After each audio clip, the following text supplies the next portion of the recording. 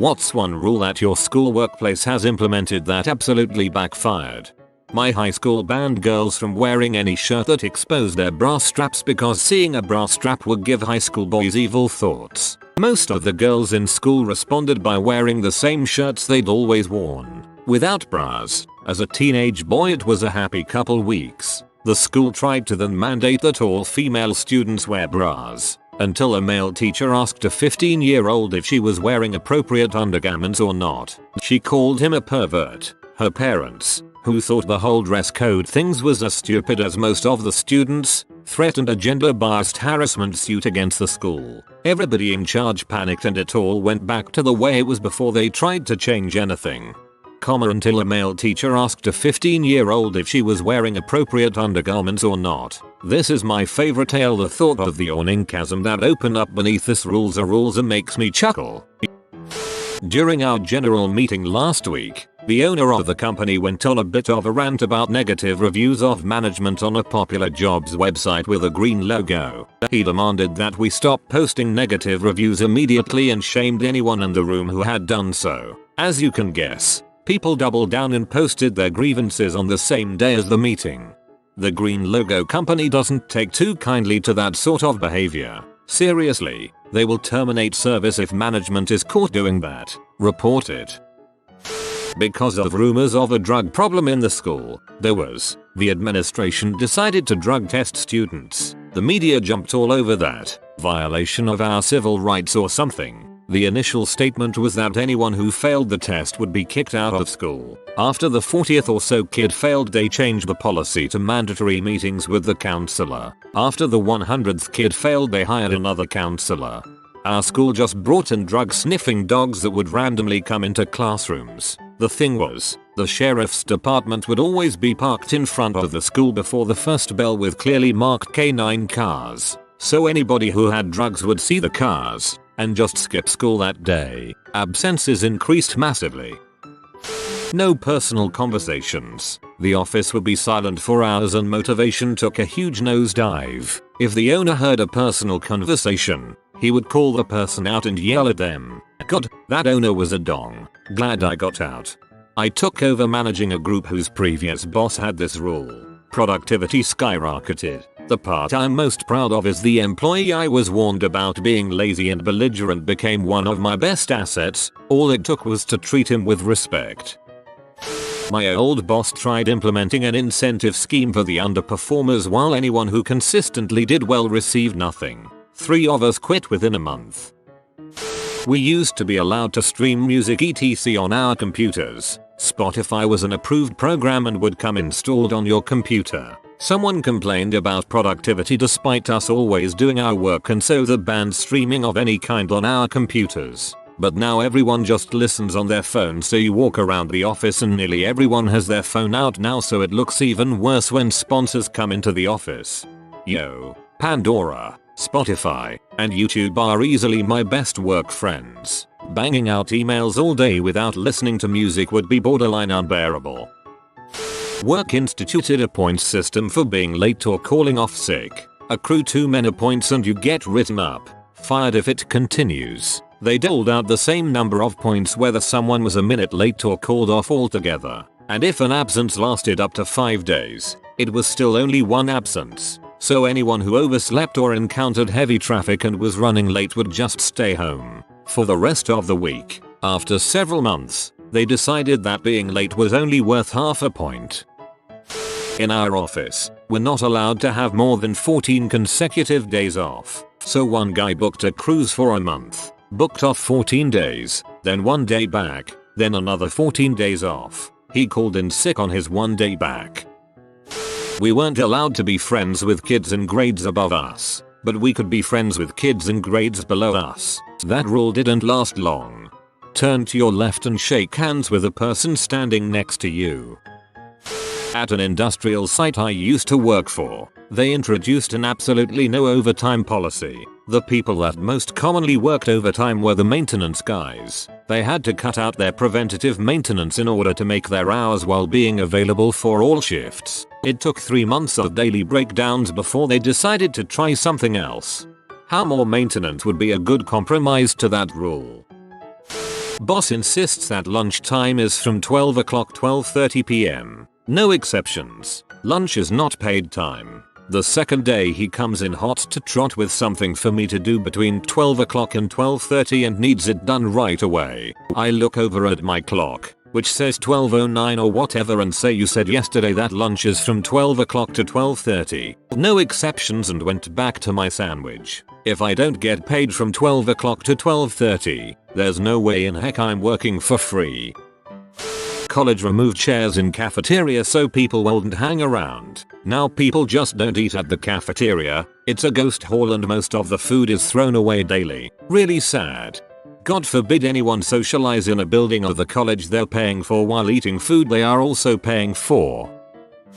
Lonadal, a 14 school in Lonadal, MO, late 80s, early 90s. Our fairly small, rural school went from K8, so we split lunch times in our gym cafeteria. For some reason our school actually invested in a noise control system because we could apparently be quite loud during lunch, and I guess the teachers got tired of trying to keep us kids quiet-ish and eat. This new piece of equipment was mounted high on the wall and looked exactly like a stoplight. When it was green, we were free to talk. If it became yellow, we were to be careful of how much noise we made. If it turned red it would buzz loud, like when the game clock runs out at a basketball game. Installing this thing almost immediately had the opposite effect they desired. It became a game to us. We would only get quiet in order to make it go back to green. Then, as a large group, we would progressively get louder. We would stall it out at yellow before surging our collective voices to make it hit red and buzzz, at which time we would all cheer, laugh and get quiet again to reset it to green.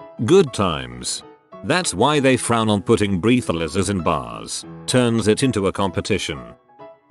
Any support call lasting longer than 25 minutes must be reported to higher ups for review. I.e., if you have too many, no matter if it's your fault or not, you get a disciplinary review. I implemented the rule of politely hang up on a customer as close to 25 minutes as you can and call them right back. I am sorry, I am experiencing a small issue with my phone. Is it okay if I call you right back? Gotcha. Outgoing calls are not reported or recorded. It's amazing.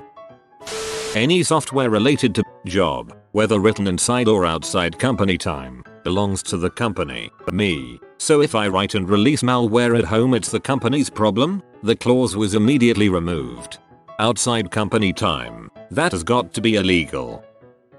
My friend worked as a technician at a place that did installation for telecom, sound, cable, pretty much anything tech related really. The techs were paid by work order completion. Each job had a value that got paid out when you finished the work order. The experienced techs could finish more jobs in a day and made some seriously good money. They were motivated to work fast to get more jobs done, but also to do it correctly because having to go back within a certain time window and fix a problem didn't pay out, so it lost money. Well, some new management came in and decided to change everyone to hourly wages. Their idea to make techs focus on getting the job done right and not rushing it. All the really good techs saw a massive pay cut from it and immediately quit. The rest of the techs suddenly had no reason to finish jobs quickly since you got paid the same whether you did 2 installs or 10 installs in one day. So everyone just started slacking off. Within a few weeks the orders were backed up so bad install dates were pushed out for a month or more. And when people finally did get their stuff installed, it took all day instead of a couple hours. That one change completely fricked over the company. Nothing like greedy management to completely frick up a good thing. No cell phones in high school. Security collected them when you walked in, put them in Ziploc bags, and locked them up. They lost like 5 people's phones. Lost. Had a fellow at my old place of work that was promoted to sales manager. Within a few days he drafts up a document which he tries to get all of us to sign, basically stating that we aren't working to our full potential and that to make profits so we would have to work even when we weren't working, aka taking calls from customers no matter the day or time. This resulted in an almost immediate revolt and about 10 plus people bypassing him directly and going right to the owner. He was demoted, then later fired within a week. Pizza place I worked at in high school implemented a zero tolerance policy on employees taking home any food home that wasn't paid for at non-employee prices. Any screw ups or unpicked up orders trash. The local homeless population started flocking to the store and calling in bogus orders because they knew there would be free pizza in the dumpster every night. Our process integrity people decided every international order over $100,000 needed to be approved by a manager at the purchase requisition stage before the sales order could be processed. The problem? Purchase requisitions only generated after the sales order was completed. This meant it was impossible to complete any international order worth more than $100,000, and they launched this policy unannounced 2 days before Christmas. I ended up staying in the office until 9 at night trying to get our data people to create a way for me to order $300K in parts from Sweden before the holidays. I was told this story when I was in the army by a parachute rigger. The workday in the army is 9 o'clock 4:30. Riggers packing troop chutes had a daily quota of 35 chutes. Once they got good at it, these guys could be done by 2:30, which is a very nice workday indeed. Well, they got this new captain who decided that since these guys are getting 35 done by 2:30, then obviously making them work until 4:30 would increase output even more. So of course that unit's numbers went way down, and the 35 and you're done for the day was quickly reinstated. From another perspective, parachuters might have preferred when the riggers were taking their time rather than rushing through the process to leave early. No backpacks in the classroom, which led to hundreds of backpacks in the principal's office one morning. No one gave a frick about that rule. In Germany, you need a paper from your doctor when you are sick at least 3 days. They enforced that you needed one even if you just are away for 1 day. So everyone had to go to the doctor if not feeling right, and of course we were away for weeks. We have the same here in Finland. My superiors accept that you call them if you have fever or something minor. 1-2 days off and mark them as normal working hours, rather than going to doctor and get 1-2 weeks of sick leaves. Works for me, works for them.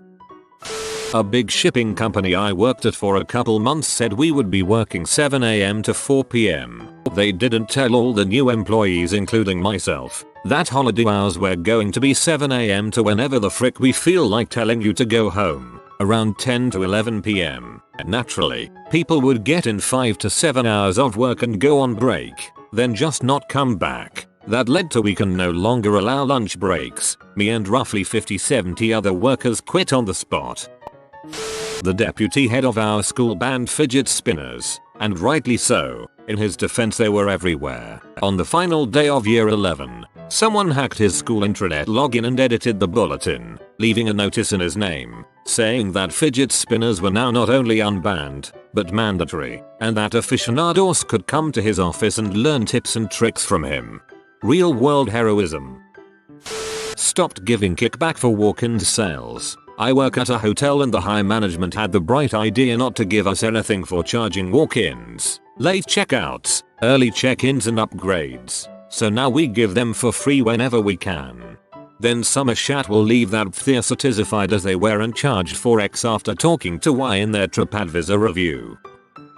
It was actually my rule. When I was managing a store, my rule was that the closer had to do all the closing work and mark the checklist, and I would check it the following morning. However, I put a loophole in. If you close tonight and open tomorrow, you can come in early the following morning. I was really the only one who closed and then opened the following morning, and I knew that on many of those days I worked 10 hours with non-stop managerial work. So instead of staying late to clean, I like to come in early and do it in sunlight. Well, one day I followed my rule, and the next morning I woke up sick and had to call an employee to cover. He showed up to a dirty store, opted not to clean, and then got written up when the owner made a surprise visit. I didn't close, so it wasn't my job, and the owner said, "You work here and the store is dirty, so it is your job." I then had to go tell the owner that it was my fault, and he still responded, "Regardless of what you did or didn't do, he came into a dirty store and did not clean it. That's not acceptable."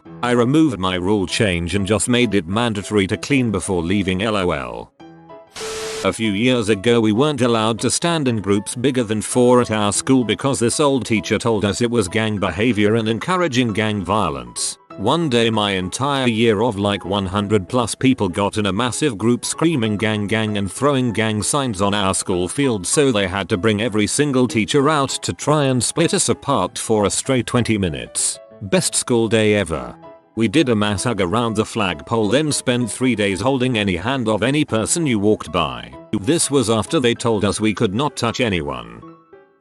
A nursing home in our area thought it would be a great idea to bring back the traditional white nursing caps. They made it mandatory for all female nurses to wear during their shifts or be written up, and eventually pointing yourself out. Male nurses were not included. About half of the staff quit within the first 2 weeks. Several started working at my facility. The others that stayed said that the residents and families of residents laughed and made fun of the nurses constantly. Pretty degrading and chauvinistic comments. Basically about 3 months after this all went down, someone from corporate came in and fired all the directors who implemented the uniform change, and everything went back to normal. Several nurses stayed with my company, but a few went back when the rules changed.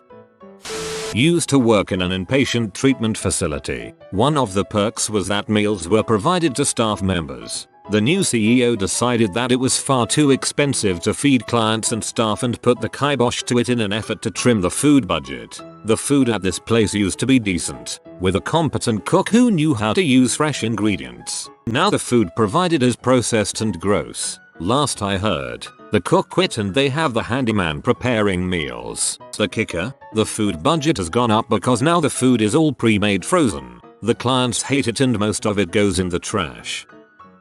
No swapping shifts without a shift swap form. Immediately backfired when the manager had a stack of shift swap forms every day to approve and update the digital roster. My middle school tried to prohibit students from bringing backpacks into class. You could bring a purse, bag, etc. However, just not a backpack. They wanted students to either stop by their locker before every class period, impossible without being late, or carry a large stack of heavy textbooks around all day. Due to the latter reason, the rule got cancelled within a week. This was in 1998-99, so I'm not sure what they were trying to achieve with this rule. One job I had a nails should only be in neutral colors rule. Every rule was enforced rather strictly except for this one, because per the words of a manager, every woman would get written up. Rule at my workplace WS that if you were late you had to bring donuts for everyone. People quickly figured out that the cost of being 4 hours late was to bring donuts. As a result, if you were running late you just had a slow easy morning and stopped by to pick up donuts on your way in. Our boss, who had put the rule into place, thought it was funny and just let it continue. He was an easygoing guy and really good at motivating people. Letting them get away with this sort of thing meant they stayed late or showed up after hours for emergencies. Not me, but my friend's old place. My friend was one to show up a half hour early before work and was a commission-based salesman with salary, just like the other salesmen, who would always show up barely on time to hours late. Friday night comes along and management decides to hold a meeting to announce the new policy. If you're late, you go home for the day, and if you're late 3 days a month, you're fired. The weekend goes by and everyone is on time.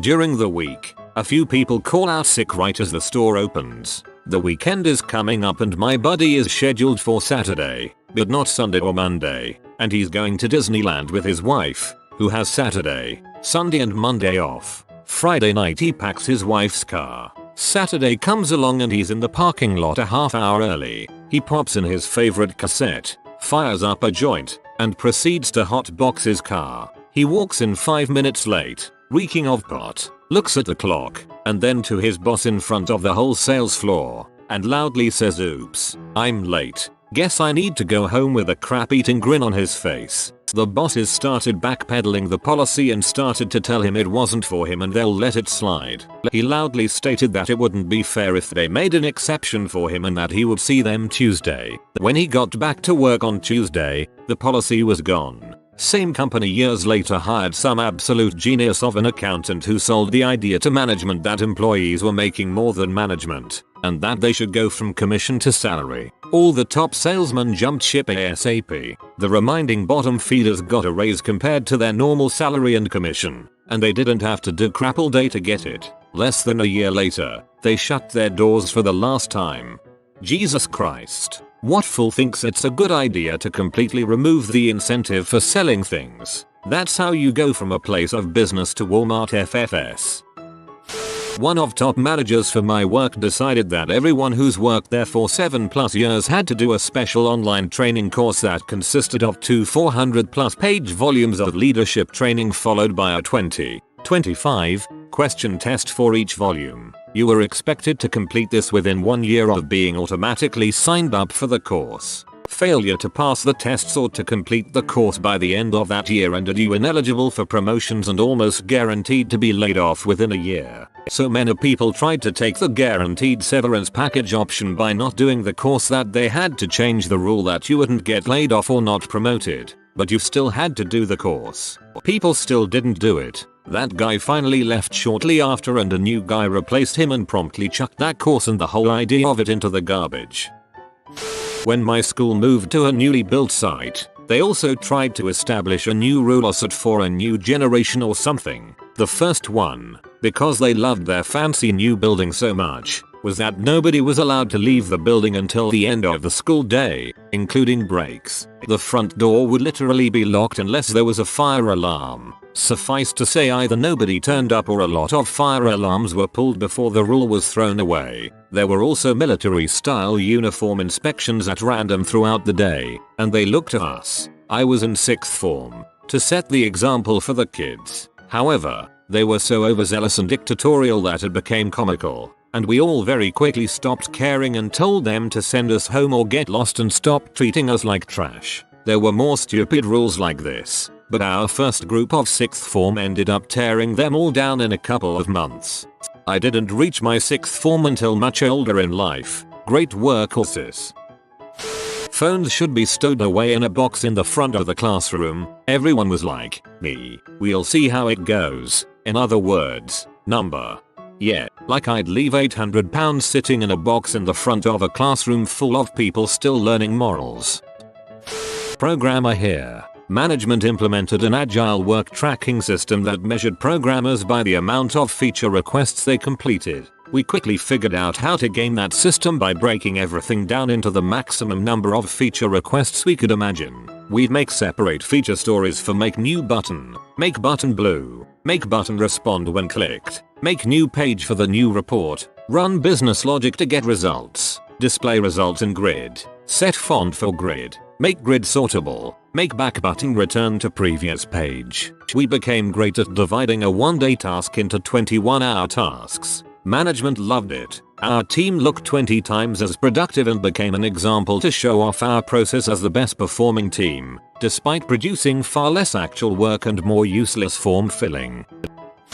For some reason my department started a rule having to keep phones in their cars or locker. Eventually the supervisor said frick it cause no other department was told this. No N-words in the Huck Finn. Our high school teacher made us buy the censored version for his class and numerous parents complained about the censorship as well as the added cost. Since our school library had sets of the original we could have read for free.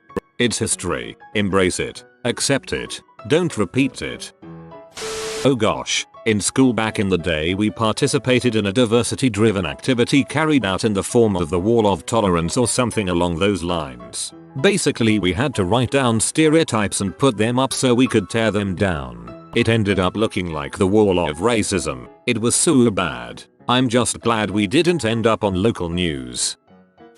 Way back in the antediluvian days of the 20th century, I worked as a government inspector in one of the larger US states. This was before the advent of government employee unions. Each fiscal year, the personnel department would come up with proposals for reimbursing employees for official travel, discuss it with an employee association, and send it to the state legislature for rubber stamping. One year, someone came up with the bright idea that travel reimbursement should cover more than overnight trips. Employees who were required to travel more than 25 miles from their headquarters should get a lunch allowance. My guess is that no one looked hard at the proposal, and those that did were thinking of staff who went to occasional meetings, not people who were on the road every day. Well, my agency had the state divided up into districts. Inspectors in the districts were on the road almost daily. In my case, it was a combination of overnight and day trips. It was pretty common to be more than 25 miles away from my office,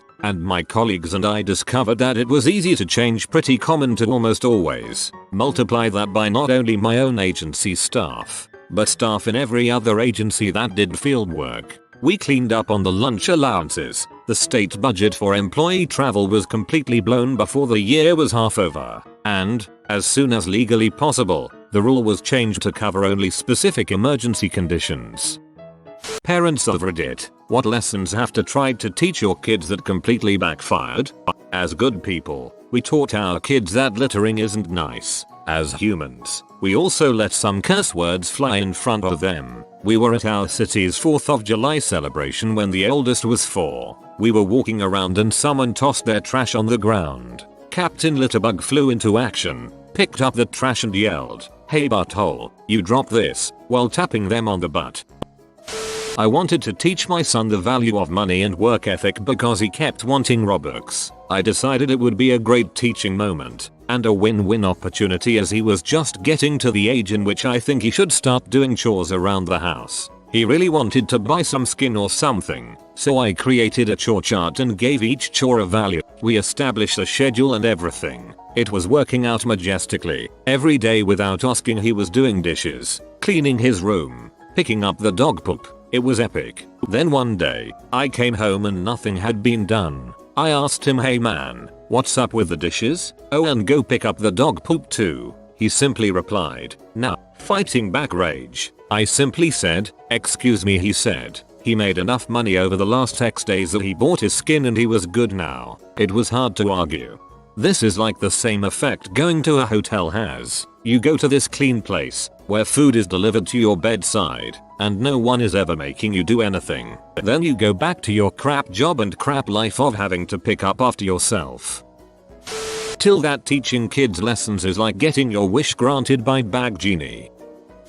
My in-laws love telling this story about my fiance. He was resistant to potty training, and they eventually got him to start using the potty by telling him that he had to be out of pull-ups before a family trip to Disney World, because Mickey Mouse only sees big boys and girls, and also who wants to lug a diaper bag around Disney. Anyway, it went great. They had a great trip, and the day after they got back, he took a crap in the living room. When asked, he said, "I don't gotta use the potty cause I already saw Mickey Mouse." They very firmly told him that if he was old enough to use logic, he was far too old for diapers, and that was the end of that.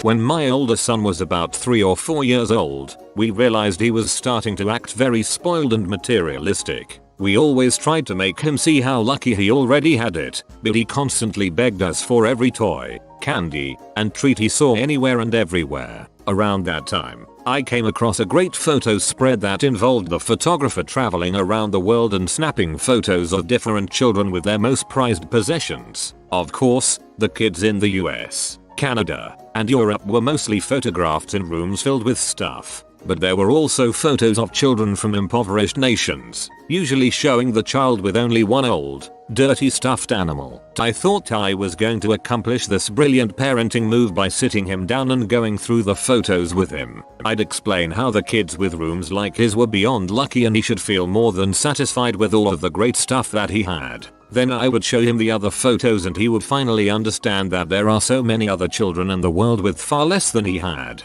We looked through the photos and talked about each one. We finally got to one with a little boy standing on his cot with his one possession, a well-loved, dingy-looking stuffed monkey. My son looked at it for a long time. I could see his wheels spinning. Success, I thought. After a long bit of silence, he finally looked up at me, gave me a sweet smile and said, "I want that monkey."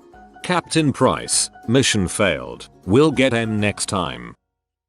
Not a parent, but when I was around 12, my father suspected that I stayed up late playing video games, even though I didn't. One night he went into my room and told me that I shouldn't play my Game Boy Advance past bedtime, because I needed to rest. That's when I realized I could play my Game Boy Advance past bedtime, and I've suffered from insomnia since then. This story is my favorite, when parents give you an idea you didn't even consider previously. Saw a clip on local news about a toddler saving her mom's life by calling 911 when she collapsed. Figured it was a good idea to teach my toddler 911. Had 2 cops at my door 5 minutes later. Good response time. A friend of mine was trying to teach his son not to hit his daughter. So anytime the son hit the daughter, he started hitting the son in the head. Not hard, but enough to hopefully jog some sense of empathy. Actual result, the son would cover his head with one hand and smack his sister with the other. When my daughter was 10, she wanted to try out for a community theater version of Beauty and the Beast. She got nervous though, and almost backed out, because she was so sure she wasn't going to make it. My husband, who did some acting in high school, stepped in and said that he would also audition, even though he knew he was never going to make it. He wanted to demonstrate to her that it's okay to audition for something that you don't think you're going to make. She ended up not only just making it, but she got the part of Chip. My husband got the part of Morris, Belle's father. He didn't even want to be in a goddamn play.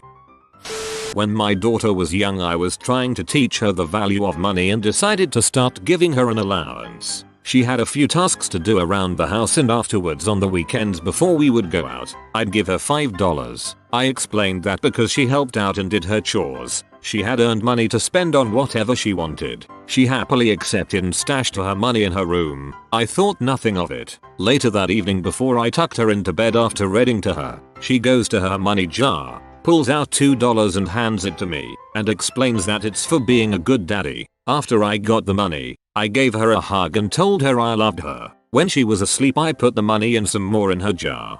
Buy yourself something nice, hun.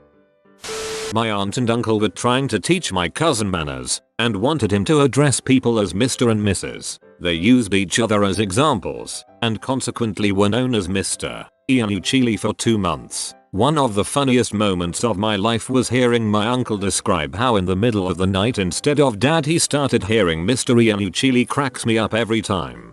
My 4yo cousin was taught to introduce people at school. He would introduce his parents to people like, "Hello, I would like you to meet my friends, mommy and daddy." I'm kind of sad he grew out of that. My youngest boy would never listen, and he was always totally fearless. He was also always really lucky. Dang near every time either of us told him don't do that, you're going to get hurt, he would do it and then not get hurt. So we ended up teaching him that when we said not to do something, that probably meant it was a fun thing to do. I remember really hoping that he would fall and break an arm or something non-life threatening or disabling like that, so he would stop constantly giving us heart attacks. Which is weird to say as a parent, but it never happened, so it doesn't matter anyway. He never got anything worse than a small scrape or cut that could be cleaned and covered in 5 minutes before he was back at it again. Looking back, I'm just glad this was before there was anything like Jack out around to further encourage that crap. Now he's a stuntman for movies. Can't say I'm surprised. Told my children they should always have a good reason for what they want to do as a way to curb impulsive behavior. I'm hearing about all the reasons constantly. My dad tried to implement the whole "you must eat all the food on your plate" in our house during meals. My mom was never a fan of that lesson, but my dad was stubborn, so she just let it go. Well, one day my sibling had 2-3 bites of food left on their plate and was very clear that they were absolutely full and couldn't eat another bite. Dad wasn't having it and insisted they could not leave the table until all the food on their plate was gone. My sibling realized they weren't going to convince our dad that they were too full and finished the last few bites and then proceeded to vomit on the table and our dad. He stopped enforcing the rule after that. When I was about 2 years old, my family was at a game in Angels Stadium. My mother went to the restroom and left me and my siblings with my dad. While he was busy watching, I wandered off. When they eventually found me, I was halfway around the stadium. A crowd had gathered to watch as a police officer held me out at arm's length while I screamed, "Call the police. This man is not my daddy," over and over again. My parents had taught me stranger danger, but forgot to teach me what police look like. "Call the police, sir. We are the police." Told my children repeatedly that if I found any more mess junk on their bedroom floor, I would be donating it to the thrift store. I told them they had 15 minutes to clean it up off the floor. Came back to find everything picked up, except they went into the kitchen cupboards and had put every food they didn't like in a nice neat pile right in the middle of the floor. As a child, I noticed my sister was writing her name on the walls when she was drawing on them with crayon. Taking on the role of helpful big sister, I informed her if she was going to graffiti things she shouldn't write her name and give herself away. A few weeks later, she was carving patterns into the wooden desk in the study and carved my name into it instead. I remember in 3rd grade getting in trouble for putting graffiti on the school wall. The artist had signed it with my first name, which is a fairly common name. I was both outraged at the false accusation and offended that they thought I was that stupid. I always tell my children that the lottery is a tax on people that are bad at math. I let my 8-year-old spend a few hard-earned dollars on a Powerball ticket to prove it and he won $100. Taught my now 16-year-old to always compliment people who insulted you. We were in a Burlington coat factory in Michigan when my mother was shopping for a bathing suit to take to Florida. There were few to choose from, so she was complaining. My kid was 4. A woman trying on pants and said something rude to my mom who was asking my opinion, and my daughter caught on that. My mother was agitated. She squeezed out behind me and told the woman, "Your teeth are such a pretty yellow." Haha, I can't tell if she knew what she was really doing, but super awesome either way. My parents taught me to call 911 when I saw somebody doing something illegal. I called the cops on the Wiggles movie I was watching when I was 5 because a clown stole a cake. Luckily the 911 operator realized I was young. My story didn't make sense because it was a kids movie. Asked to talk to my mom before sending out cops. I called 911 when I was 4 or 5 years old because I witnessed the mailman steal a letter out of my mailbox. I had to be told how the mail system worked after that. I'm a nanny. 2 years old was refusing to wear her hat. It was hot. I told her if she didn't put her hat on she would have to wait in the car. She started walking away from me. Where are you going? Car. Drink and I will be there at the.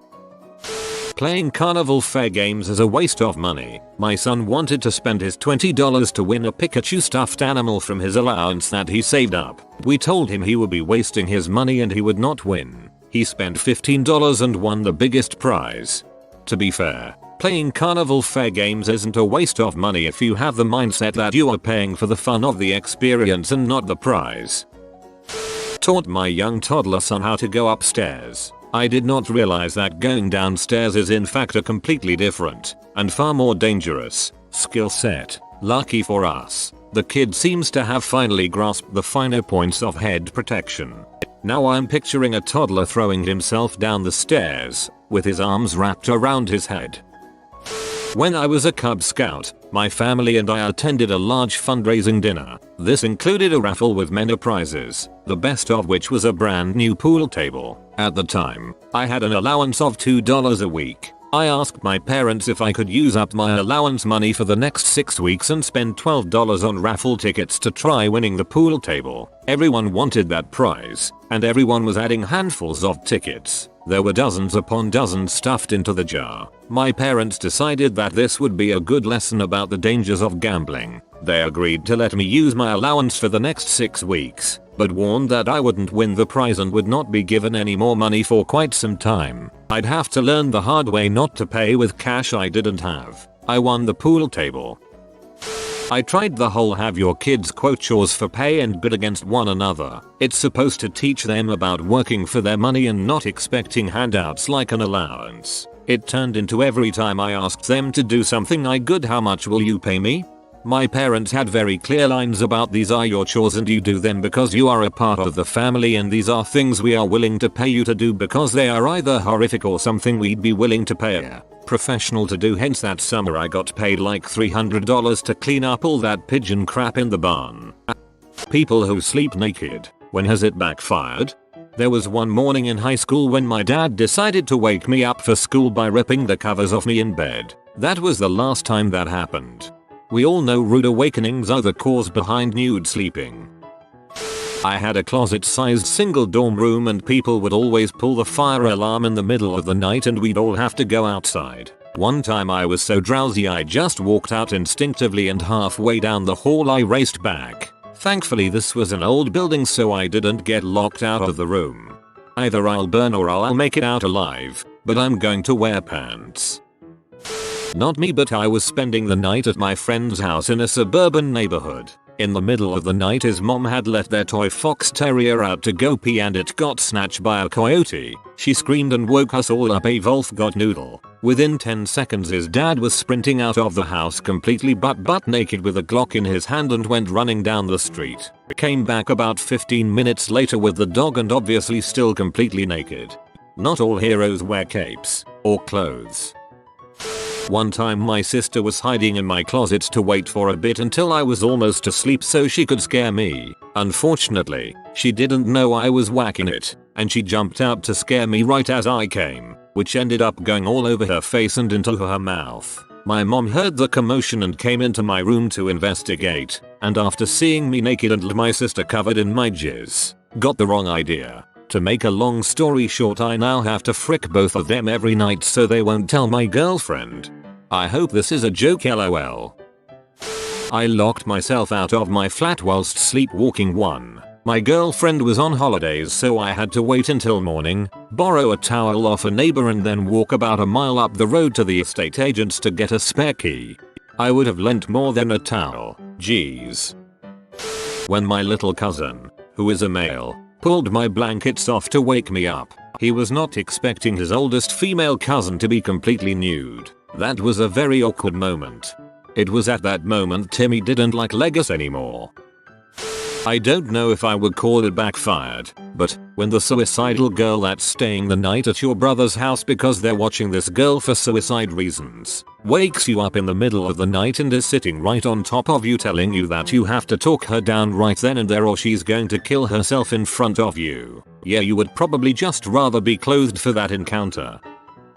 A few years ago, I was working a night shift and had just returned home at 7 AM. I was so tired that I didn't close the front door properly. After I activated the house alarm, I went to my room and undressed myself and went to bed. I wake up to the alarm blaring and I look around my room as I hear yelling. I see there are 2 female cops in the house with their guns out and one of them was pointing it at me. I'm half asleep and not really understanding what was going on. The officer asked if I lived here, to which I said yes. Then she ordered me to show her my ID. My ID, which was in my wallet, was on my dresser. I pointed her to where my wallet was. She ordered me to show it to her, and I said I couldn't get up because I was naked under my blanket. So, while still pointing her gun at me, she opened up my wallet. After that, the cops left and, after securing the front door properly, I went back to sleep.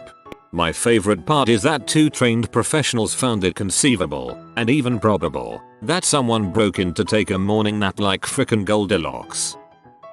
I was at a hotel and the fire alarm went off. I had to very quickly find clothes, get dressed. It was a legit small fire too. I always sleep with pants on at hotels. I don't want to find out the hard way that they don't wash the sheets well enough. When I was about 13 or 14, I used to sleep naked until I started to sleepwalk a lot. Never slept naked ever again. Dang, I didn't get that brave until I turned like 17 or 18 when I started drinking and was always too hot at night with clothes. Basic training. Getting called out of bed because someone fell asleep on guard duty. My private was standing at attention. At ease. When in uni, my room was right in front of the university, so when looking out my windows you would look straight into classrooms. So one day the inevitable happened. I had forgotten to close the curtains at night. You couldn't see me while I was in bed due to the head of the bed obstructing the window. However, getting out of the bed would expose my entire naked body to the world. So any bored student whose sight was wandering off outside the classroom window could get a nice viewing of my naked body. The way I fixed it was by simply rolling up in my bedsheets and sort of hop to my curtains in my bedsheet roll. I am male BTW, so I didn't have to cover up breasts. I am male BTW, so I didn't have to cover up breasts. Just let those moobs swing free. Never chased a burglar down the stairs, through the kitchen and out my front door without wearing a shred of clothing and no weapon in hand. The power of nakedness. Been sleeping in the raw since I was a kid and would fidget out of my PJs. I think it used to bug my mother, but she finally gave up. Every girlfriend would start out the relationship by joining me, but over time would end up with the conventional night clothes. Hasn't backfired on me yet. I am your nemesis. I sleep with a t-shirt, shorts and socks on. I was at a house fire once during the night and the homeowner slept naked. When we arrived he was running around his front yard naked with a garden hose. Thankfully he was not injured and we were able to salvage most of his belongings. And the one thing he said is that he learned to now sleep with shorts on. I was going to say never, because I always keep shorts next to the bed. However, we got a new pup a couple years back who likes to sleep under the blankets. I gotta say catching a errant paw from to the butt or genital region sucks a little bit more than it typically hitting my leg or back. My wife thought she would be cute last night and pull my blankets off to try and start some sexy time. In the blink of an eye, our puppy, who got excited by the blanket, jumped on the bed and sack tapped me so hard I almost vomited. I was young, like 12, and had just hit puberty. I had slept naked my whole life and it didn't change. One day, super hot babysitter that I didn't know was gonna work tries waking me up, which was hard because I was a really heavy sleeper. I woke up right as she pulled the covers off me to behold my 12-year-old rock hard morning wood dong. This sounds like a great start to a porno. Granted, all of the actors 18 and the one who plays you looks 12. I normally don't do this, but one summer night I had a meal from my local Mexican place that I love. Since I was busy that day, I didn't have lunch and decided to get significantly more than what I normally order to cure the hangry. I also did not get an opportunity to poop that day. Since it was unusually hot that night, I decided to ditch everything and sleep bare. After one very realistic dream of me on the toilet, let's just say that I had to get a new set of bedsheets the next morning. Crap happens. I've always slept naked, but the heater in my room was broken and it was getting too cold even with layers of blanket. I woke up that morning and knew I had the house to myself at least till late afternoon, so I continued snoozing in my sister's room with the heater on. Next thing I knew, I heard voices coming up the stairs. It was my sister and her friends. I guess they decided to ditch school and thought I wasn't home.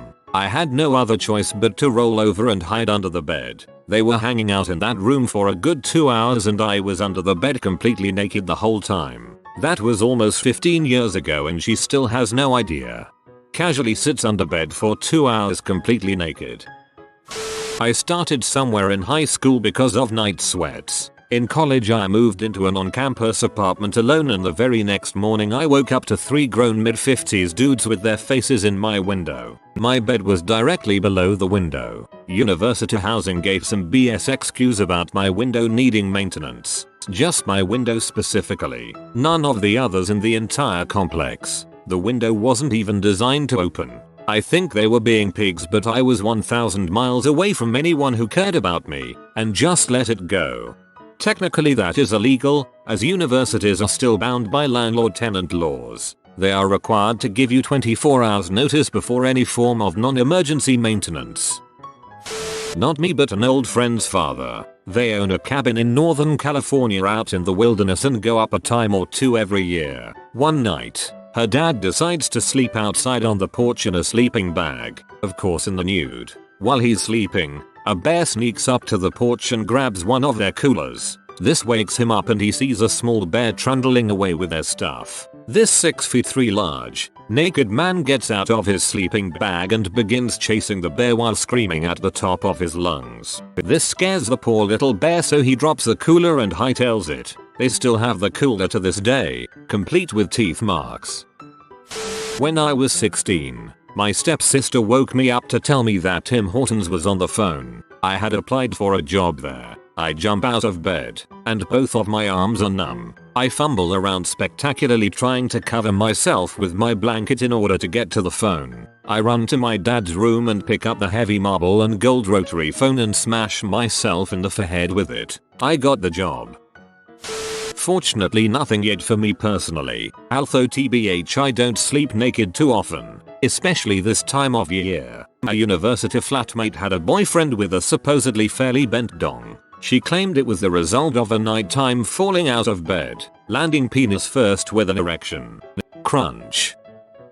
About 5 years ago, camping with some friends for senior week. I don't normally sleep naked, but it was very hot. I slept naked. My GF slept with minimal clothes. First night my guy friend tried to scare me at like 1 or 2 in the morning, was met with my birthday suit. He still teases me about it. I can't remember if it was the second or third night, but the same instance happened with my girlfriend's friend and her boyfriend, who were drinking and rushed into our tent without knocking, I guess. I was fast asleep and don't remember the second one, but they do. They also still tease me about it.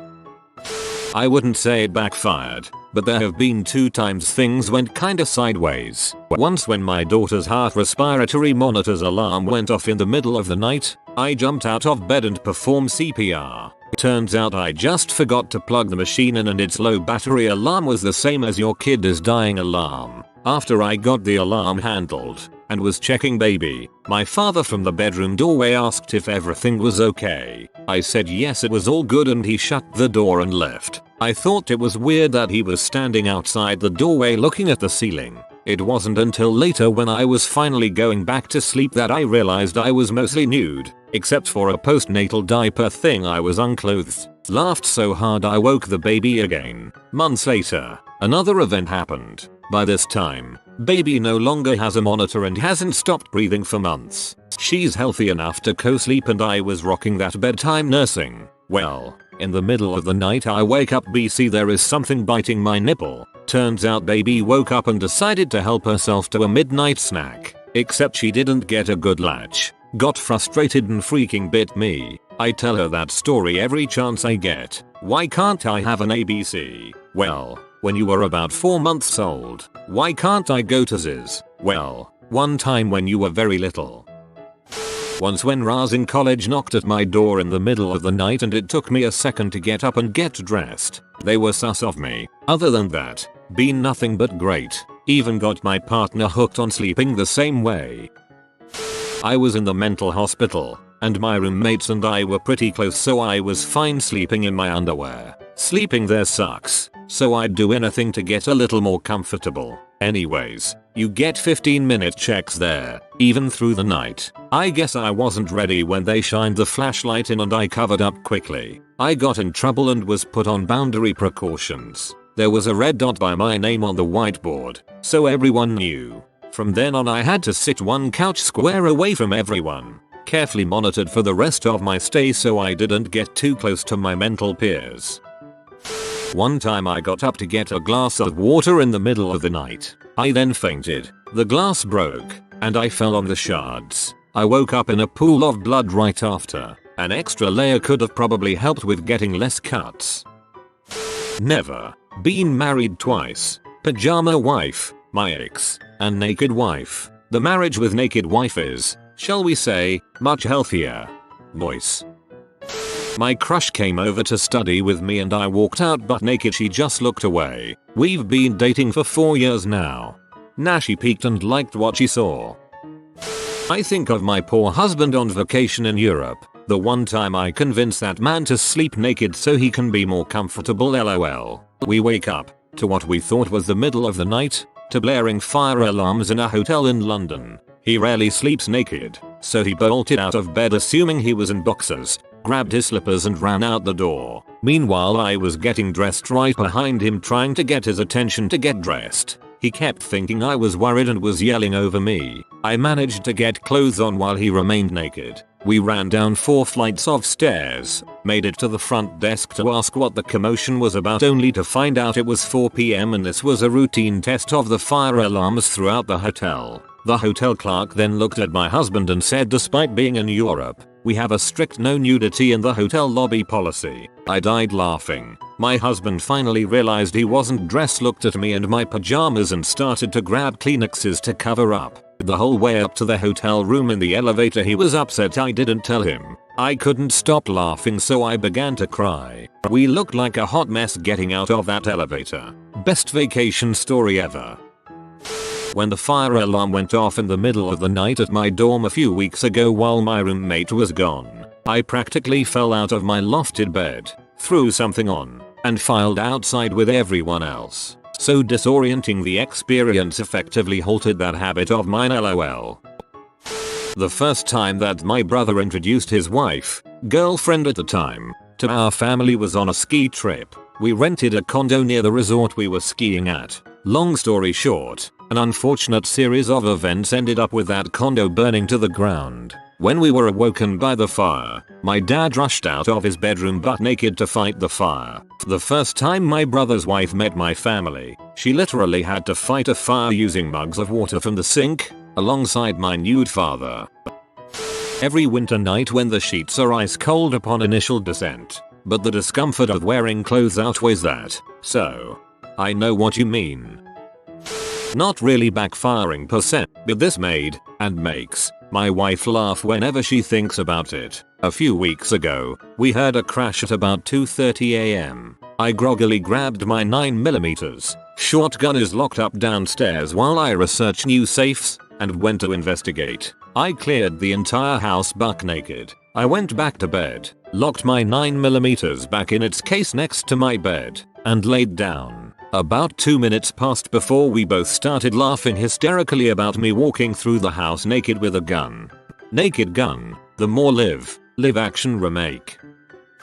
Getting my period in my BFS bed. I'm on a BCP that makes it impossible to know when it's coming on. Maybe every 4 weeks. Maybe heaving spotting a week later. I just don't know. Fortunately he is super chill every time it happens. I think being with him induces my periods. He goes out of town for a week or two. Nothing. He comes back. Sploosh. Your body is basically going, oh crap, our dong is back. Time to turn everything back on again. When a sheriff knocked on my door at 2 am in the morning and I completely forgot I was naked. Then of course as I'm scrambling, out comes my son.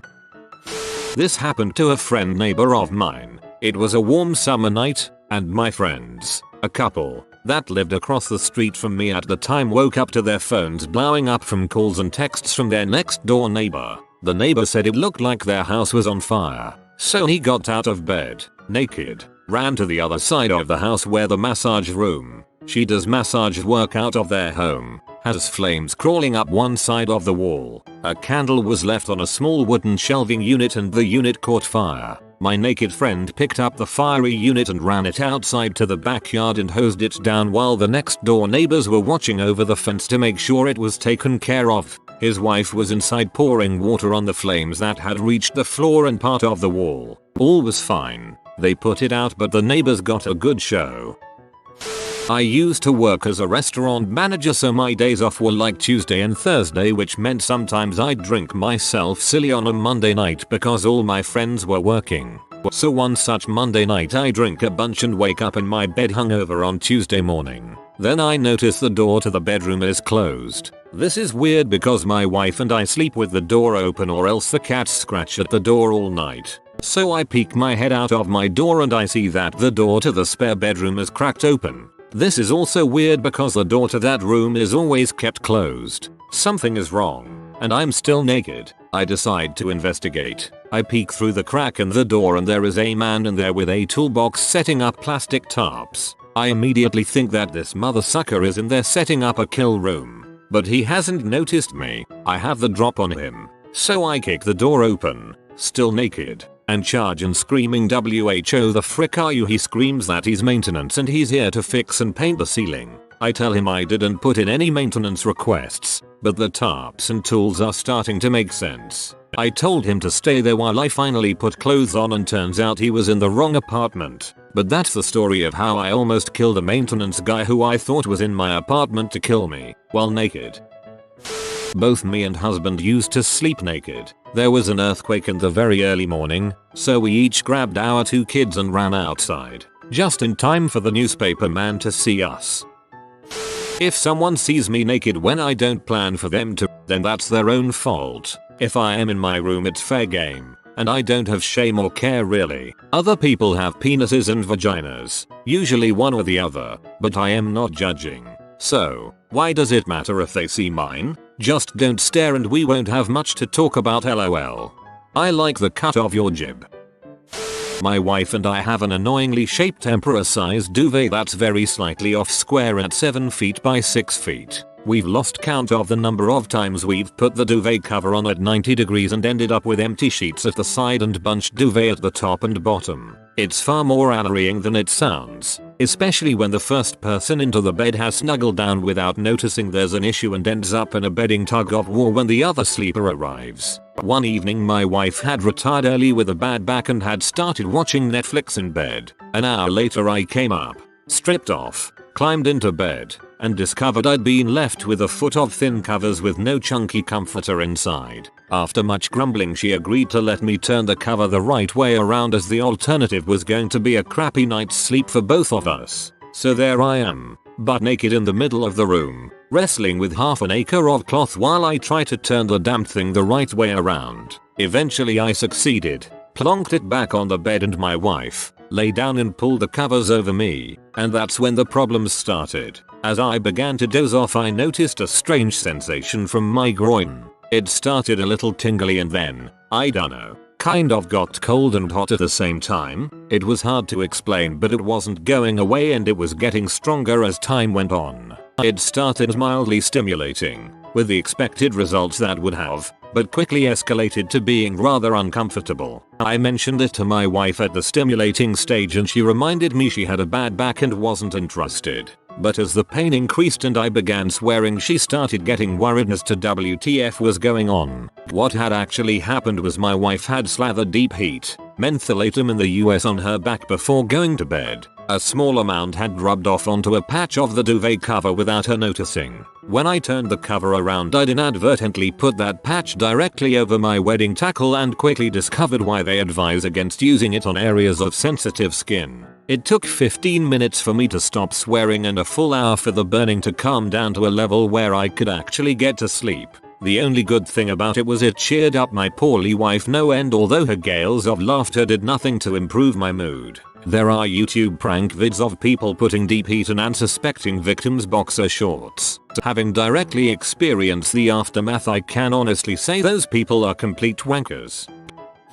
I have slept naked most of my entire life, until a few years ago. I was awoken around midnight by my crying and shaking 17-year-old son. He was super stressed about school and hit the breaking point one night when he couldn't sleep from worrying about it. I got up immediately and hugged him to comfort him. Went to his room and sat on his bed and he cried on my shoulder, realizing I was naked, and this might take a while and be a bit weird for him. I threw on some underwear and a shirt and we went downstairs to sit on the couch and talk about school, life and his future. After that night, under fucking were, every night.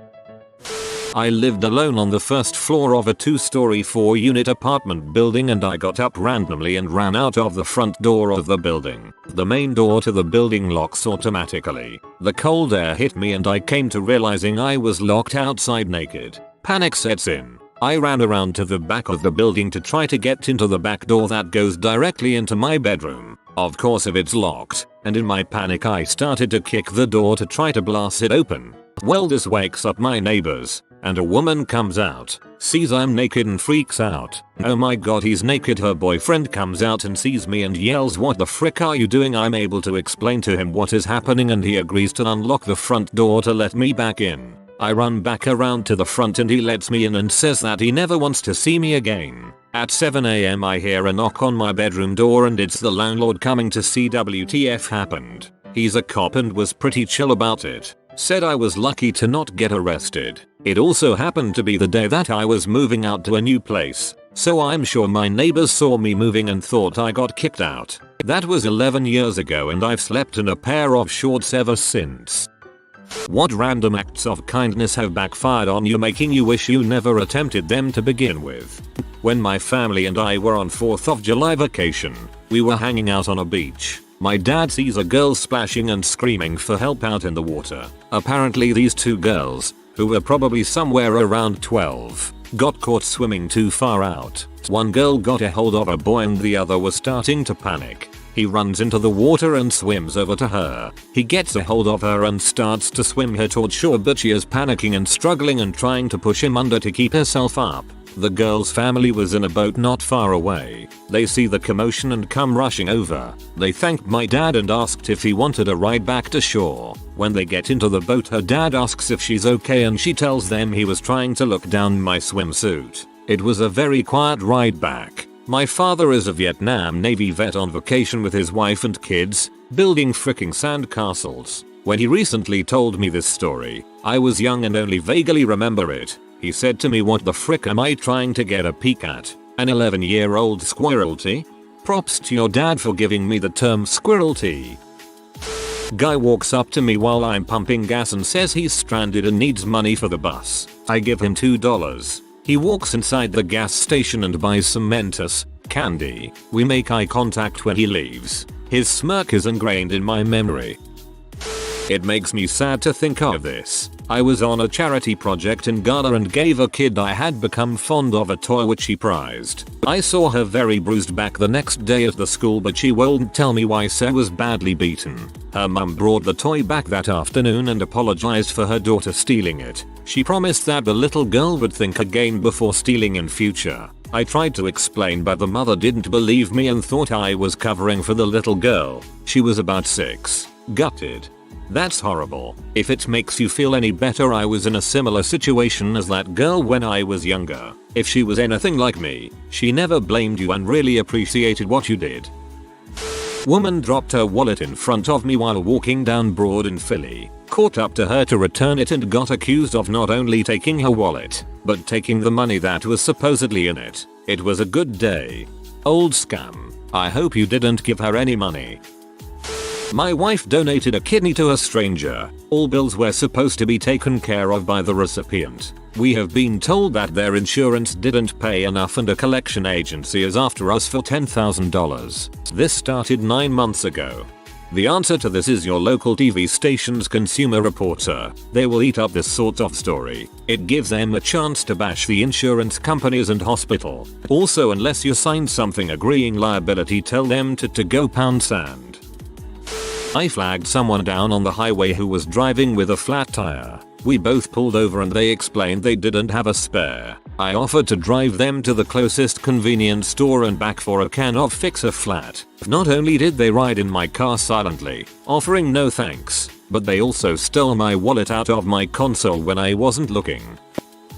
About 6 years ago, I was on lunch break and went to grab a sub at Subway. There was a homeless guy outside the store asking for change, and I asked him if he wanted a sub.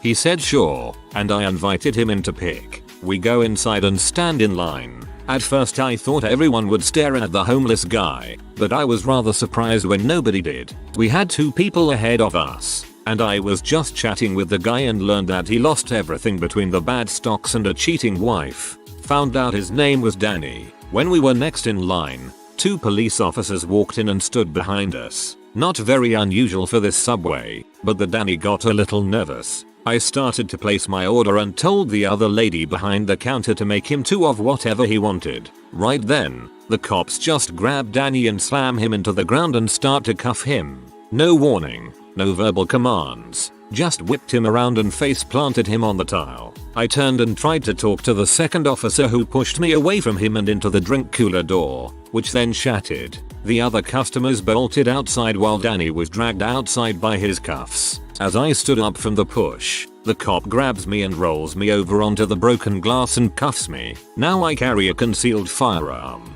so I tell the officer as he is cuffing me, and while I am cuffed, freaks out and draws down on me, who is laying face down, handcuffed, and yells, "Don't fricking move." I calmly tell him where it is and he rips the holster from my belt loop and tosses it onto a table, where a few customers are still within reach. Another officer walks in and helps me up, then dusts the glass off of me. He asks me what happened and I relay the story to him. He uncuffs me, grabs my pistol and clears it, then hands it back to me and says, "Don't put it away until you get in your vehicle." I agree and walk out with them. There is Danny in the back of the patrol car, all bloodied up and obviously shaken.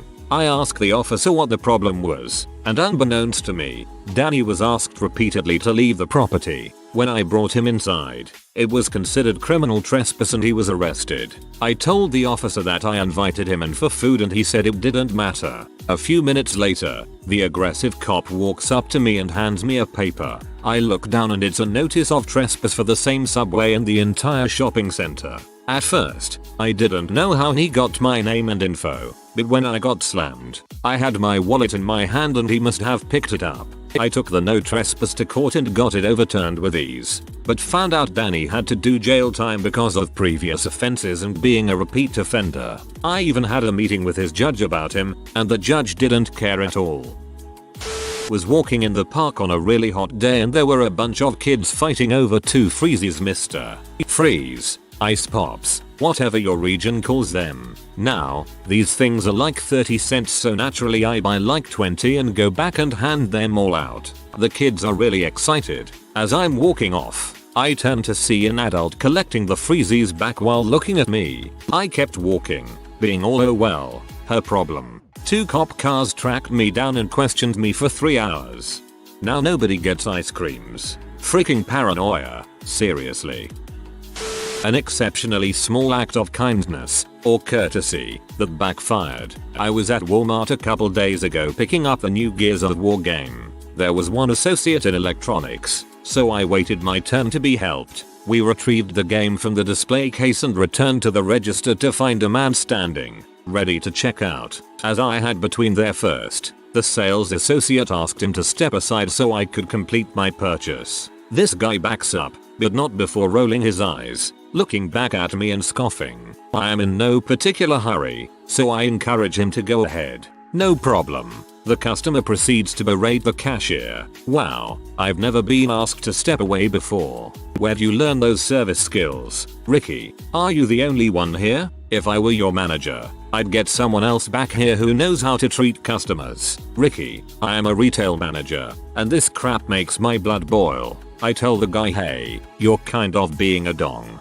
Just make your purchase and go. He replies, look, I'm a customer service trainer for Walmart. I'm a little higher up the chain than Ricky here. He needs to learn to take case of his customers. I am just seeing red at this point. You mean me? Because I was here first, and I am just as much a customer as you. Guy finishes his transaction, walks away. I walk up and apologize to Ricky. Guy hears me and returns. Don't apologize for me, man. You do. I will apologize for you, because you're freaking butthole. This guy is doing his job. You don't need to harass him. In fact, Ricky, is there a customer service number on your receipt? Yes. Great. And what's your name? Sir, I want Walmart to know who the biggest douchebag that works for their company is named. Guy didn't give me his name. Surprisingly, talked to management on my way out to make sure they were aware that Ricky did everything the best he could. Frick people, sometimes.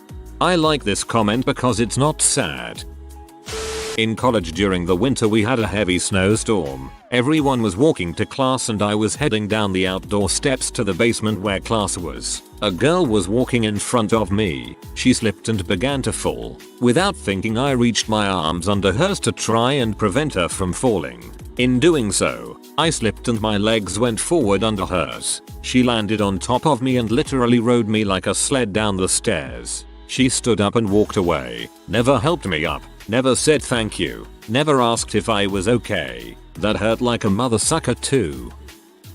Got drunk at the Floribama in Gulf Shores a couple of years back. As you do. When drunk at the Floribama, I went across the street to the Waffle House for some belly spackle to keep the booze down. After shoveling my face full of patty melt and vanilla coke, I discovered someone's cell phone on the ground in the parking lot. Figured I'd be a good guy and try to return it. End up texting the last person in their message roll and getting in touch with the owner the next day while I was on my way back home. B was a serious C from the word go. She ends up berating me, wanting to know how I ended up with her phone, why I wasn't still at the beach, blah blah blah. I told her, look, just text your address to the phone and I'll mail it back to you at no cost. She agrees and then calls me back immediately to demand that I meet her somewhere between my house and the beach to give it to her. I told her she was making things difficult and that I was trying to do the right thing, to which she replied that I was being difficult. Calmly rolled the window down and hucked that post somewhere along Highway 59 in Foleyal with her still on the other end. I really hope she heard it bounce. Well, I tried to help an alcoholic friend get sober. Not only did I lose her as a friend, but I also lost her father as a friend because she severely badmouthed me to him, as she stole from him the whole time. Also, not me but my husband, tried to stop a guy who was beating up his girlfriend in a bar parking lot back in the 80s. He pulled the guy off her and told him to leave her alone. The next thing he knew, the girl jumped on his back, hitting him in the head and face with her shoe, screaming at him to leave her boyfriend alone. My husband grabbed the girl off his back by the scruff of her neck and dumped her on the ground. He told her, "Well, frick you then. I guess you like being treated like crap." He told her boyfriend, "Carry on then," and walked away, got in his car, and left. That's unfortunately common. Third party intervenes. Woman being beaten abused immediately views the third party as the aggressor and her abuser whoever as the victim and gets defensive. Moved a friend of 22 years out of her house with a husband who beat her. Placed her in a spare bedroom in my house. Bought her clothes. Got her a job. And money to buy things she needed. Took her to doctor's appointments. Found out 4 months before my wedding to my fiancée whom I shared a house with, that they were making sweet love to each other while I was at work. So I lost my house. Was in his name till after the marriage. The $10,000 I put into remodeling it, my Jeep, and all the money already spent on the wedding. They now live there together and the bee does not even work. I got the short end of that good deed. That's just fricked up on so many levels. That's not just random acts of kindness. That's full on give a part of your life to someone kindness and getting spit in the face in return. Very sorry to hear about it. Hopefully you will find a way to rebound as it appears you know what you are doing in life to be successful and independent. I was a 3rd grade teacher a couple years ago. My class went on a field trip to the DC Zoo. I split up my class into groups of 4-5 to go around with each chaperone and I gave myself a group as well. It was hot and I only had 5 kids with me, so I offered to get them frozen ices at like $5 each. One student got blue, took a bite and told me he wanted red instead. I told him sorry that I didn't have money to throw around like that and to try to enjoy the icy. He threw it on the ground and cried. This child was never my favorite student, but after that day, whoa.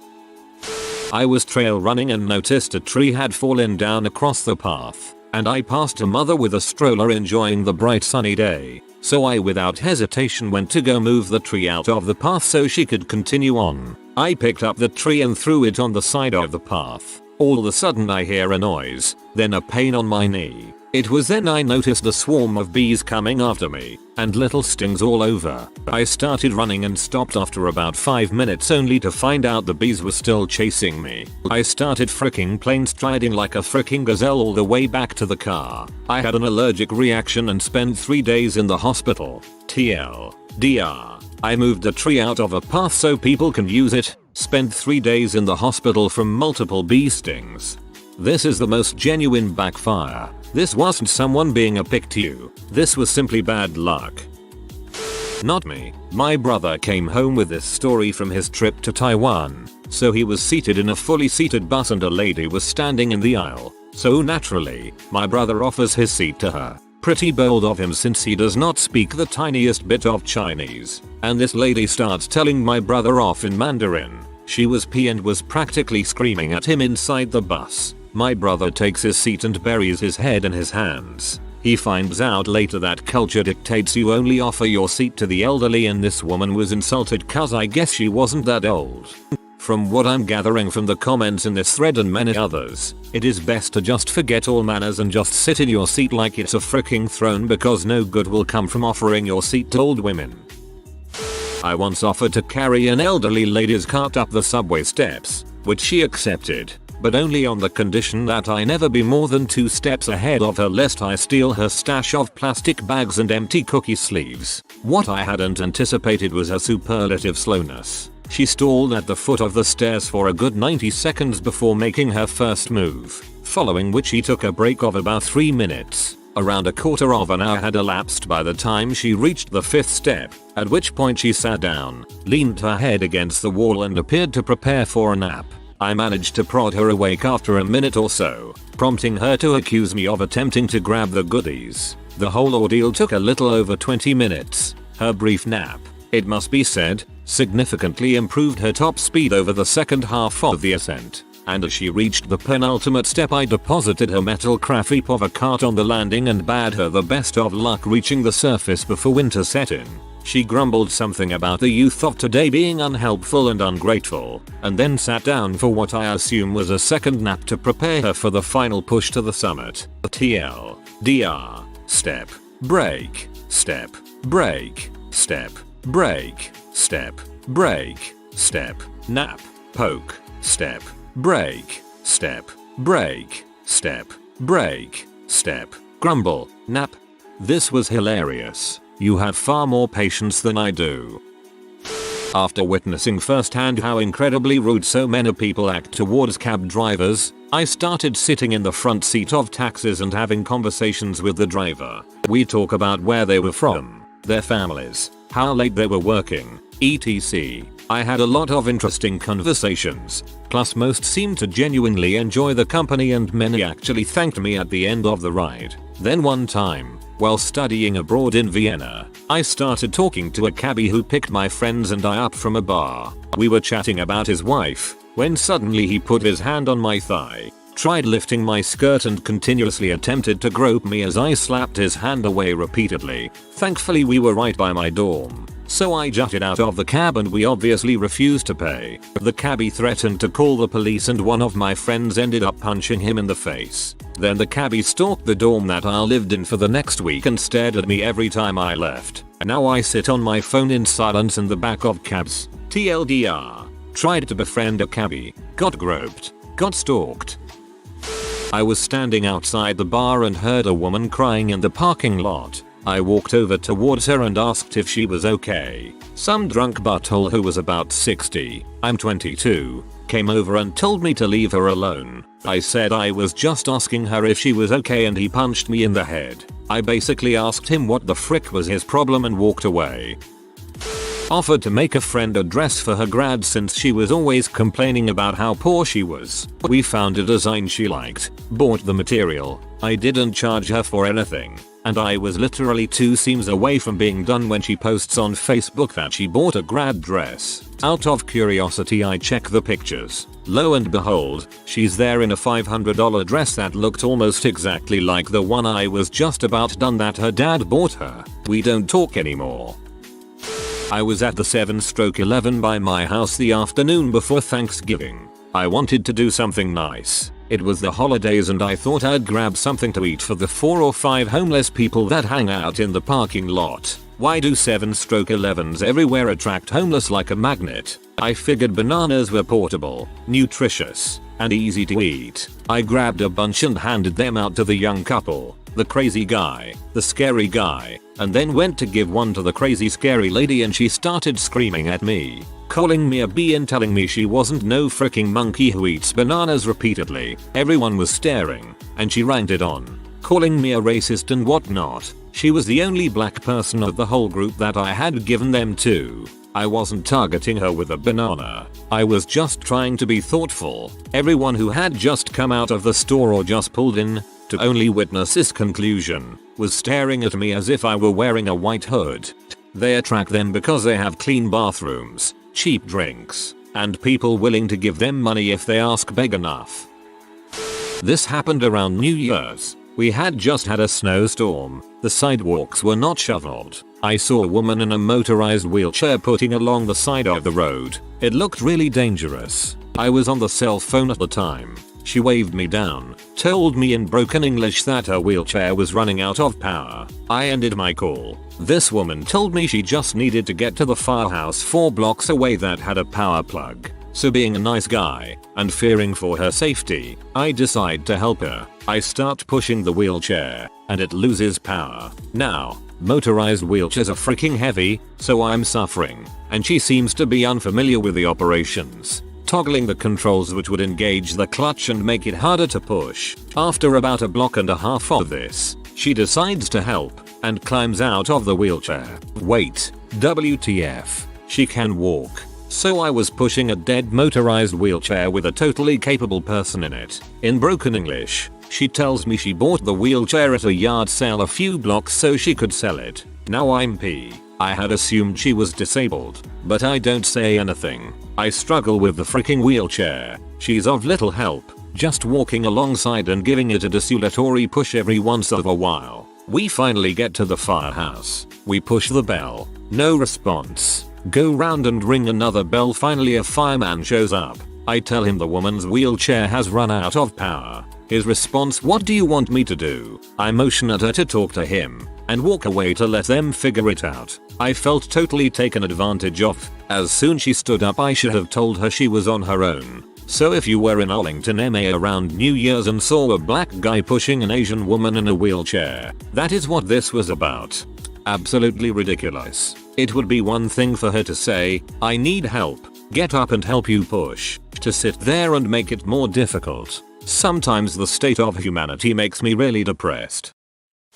A couple of years ago, as a favor to a friend, I redesigned his small business's website for free. Granted, I'm not an awesome designer, but it was a massive improvement. I took them from practically GeoCities to a decent WordPress site. Nobody once said thank you. And then, a couple of weeks ago, they found a new web guy to redo their site. My friend invited me to a meeting to look at the mockups and tell them what I thought. For half the meeting, staff members crapped on the old design, complained about how awful and tacky it was. Apparently, my friend never told anyone that I was the guy who made it.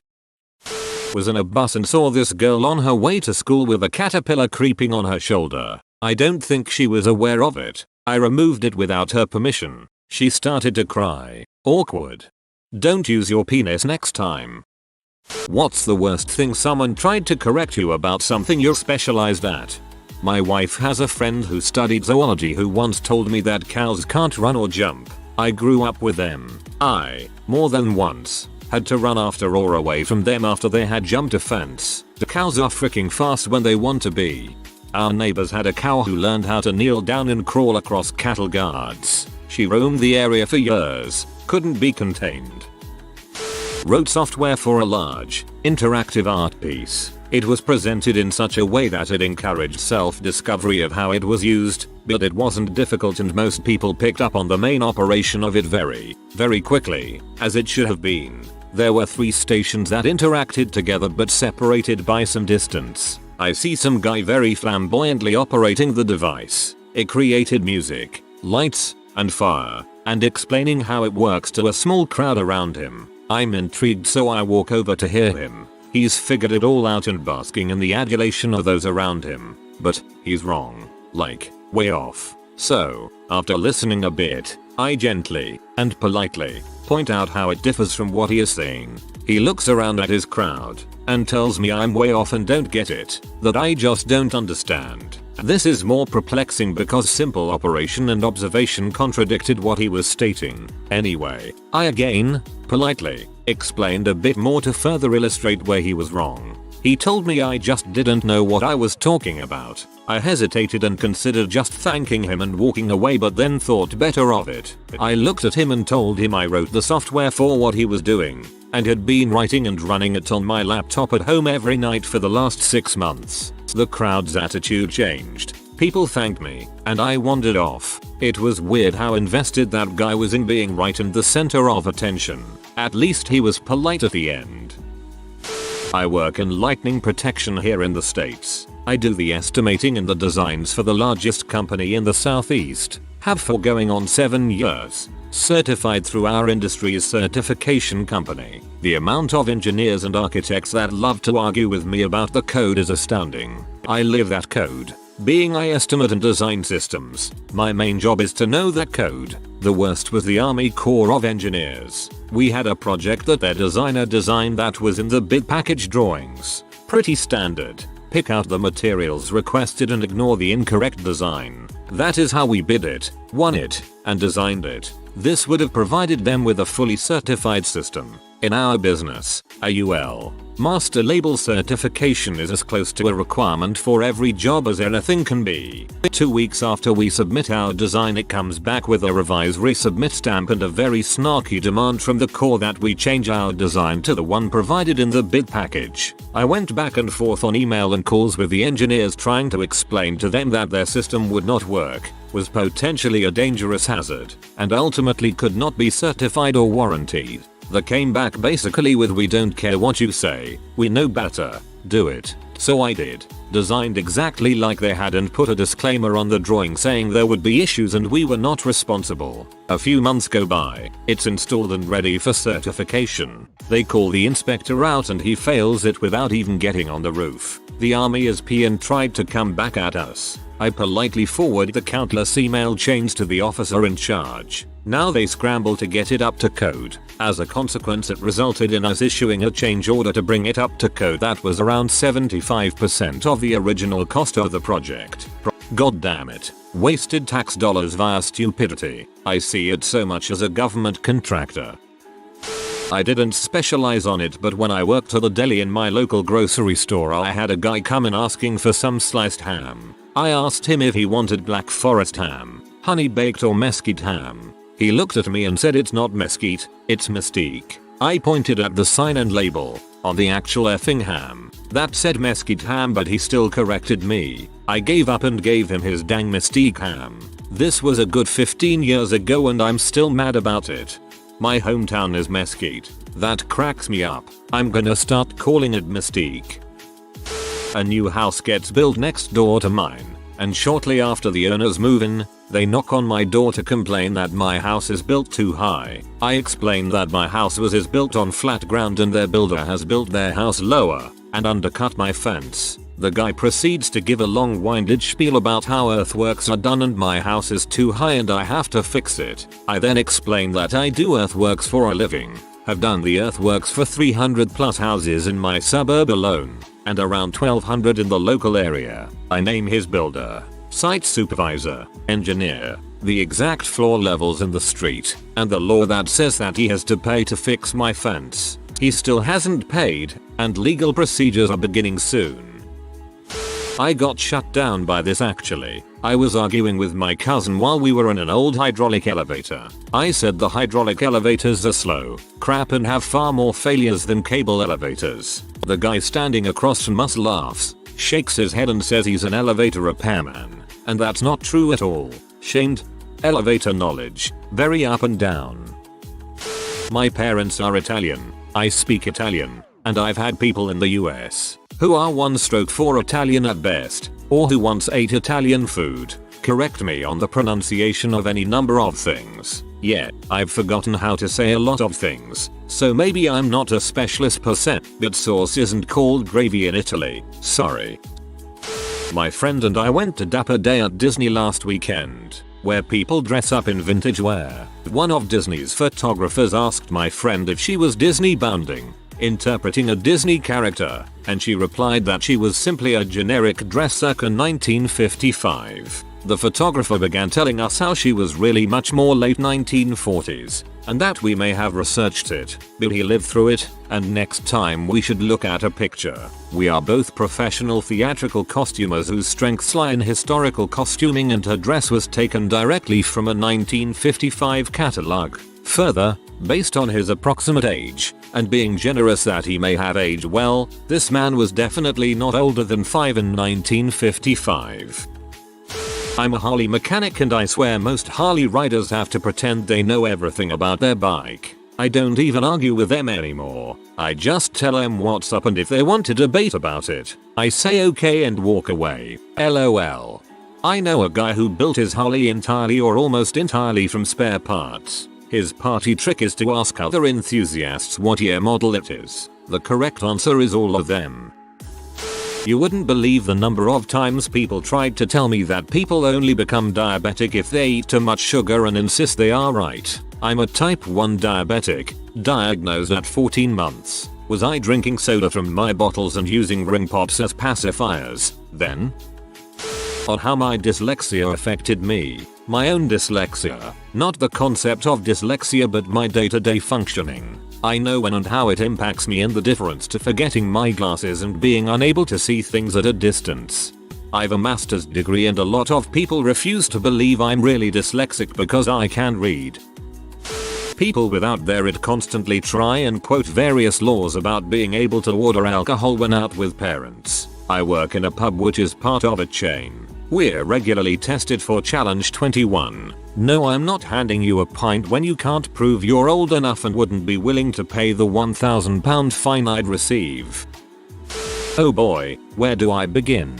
I'm a professional music producer. I've been for years. My productions get great reviews from people and are often singled out by music magazines and other industry professionals. People who know what they're doing are nothing but nice and supportive. But I get crap from salty bedroom guitarists all the freaking time. Seems like every time I produce a young band, there's this one guy there who thinks he knows it all because he watched a YouTube video. The bass knob on the amp should be set at 10, because 5 years ago I heard that Tremonti sets his bass knob at 10. There should be no effects or editing on the vocals, because Black Sabbath in the 70s didn't have vocal effects. Double tracking guitars? What the frick? Nirvana had one guitar player and they were the biggest band on the planet. We're recording only one take. Black Sabbath in the 70s didn't have vocal effects. Yeah, but they did have Ozzy frickin' Osbourne, and you ain't him.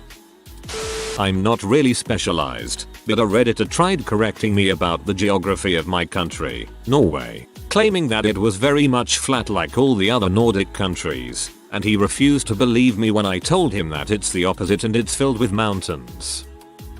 I have worked in a tire garage for nearly 10 years and am female. I can't even count how many times people try to tell me how to do my job.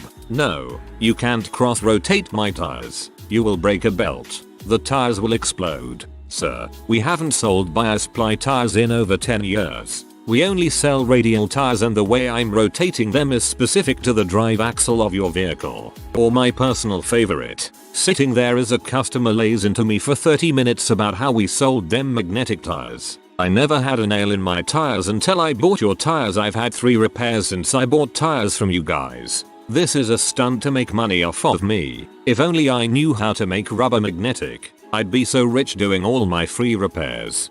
LOL, magnetic tires, that's a good one. Wow. That's why he wanted bias plies. He knew you guys magnetize the belts in those newfangled radial tires to make money off people. For a short time I was teaching in a school, and at the end of the year an inspector visited to go over the way I had corrected the final exams. He insisted that the answer to a particular question was not the one I said was correct. He was the one who had written the question. I argued with him that I was very sure that I knew what I was saying. I had written a thesis about this particular topic. It took a lot of effort not to punch him in the face. Well, you might have known the right answer, but he knew the answer that was supposed to be given. LOL. I'm a climber. People tell me to wear gloves all of the time. There is a form of climbing where gloves would be somewhat acceptable, although even then a bit questionable. But in free climbing bouldering you cannot wear gloves because your fingers actually allow you to grip onto smaller pieces of rock.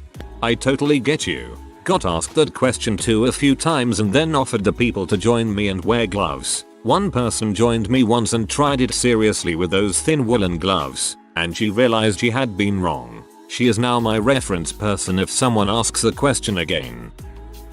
I had to leave our welding for this reason. I'm a welder on nuclear submarines with over 14 different X-ray welding qualifications at this company alone. I would constantly get into arguments with people who are new and have no real world experience with welding. The amount of wrong information being thrown out left and right over there is insane. There are plenty of very knowledgeable folks there, but they are overshadowed by the ignorant. Yeah, it's one of the more amusing aspects of Reddit. Everyone sounds authoritative and experienced and there's no real way to know if that's not so. But once you know a topic, it's amazing how full of crap most people are. I'm an identical twin and a big biology nerd. I had someone insist that fraternal twins are paternal twins and explain why she'll have some BC they've leapfrogged through her husband's family. AWW, that's rough. Don't know how her husband's genes will get her to produce 2 eggs though. I was reading a fertility book the other day and I never realized, but identical twins isn't associated with family history genetics. My height. I'm 6 feet 10. Guy comes up and says he's 6 feet 10 so I must be like 7 feet. Nah, man. You're 6 feet 6 maximum. And then we went back and forth about that for a bit. Also had the other side of that coin where someone will ask how tall I am and I'll reply 6 minutes and 10 seconds and they just straight up won't believe me and will tell me I'm lying. Like, what? Why? What would I possibly stand to benefit? I studied history at uni and worked for a while as a tour guide in Prague, Czech Republic. I had a customer once on a walking tour of the city go really snarky with me because I called the river running through the city the Vltava. He declared to the whole tour that that wasn't its name. I asked him if he'd heard it referred to as the Moldau, as that was the German name for the river during the Habsburg era when German was the official language, but he said no, and was I stupid? The river was called the Danube. I pointed out to him that the Danube doesn't run through Prague, and asked if maybe he was thinking of Brno. No, he had definitely read in a guidebook that it was the Danube, and why the heck was he paying money for this tour if the guide didn't even know what the river was called? At which point another tourist in the group showed him her guidebook where it clearly said Vltava, then another showed him a map, and another showed him another guidebook, and so on, until the whole group had basically showed him what a twazzer he was being. He didn't apologize, of course, but at least he shut up for the rest of the tour. I'll admit, I also thought that river was the Danube, but looking at the map now I see that it doesn't even run close to Prague. I wonder how people come to that misconception.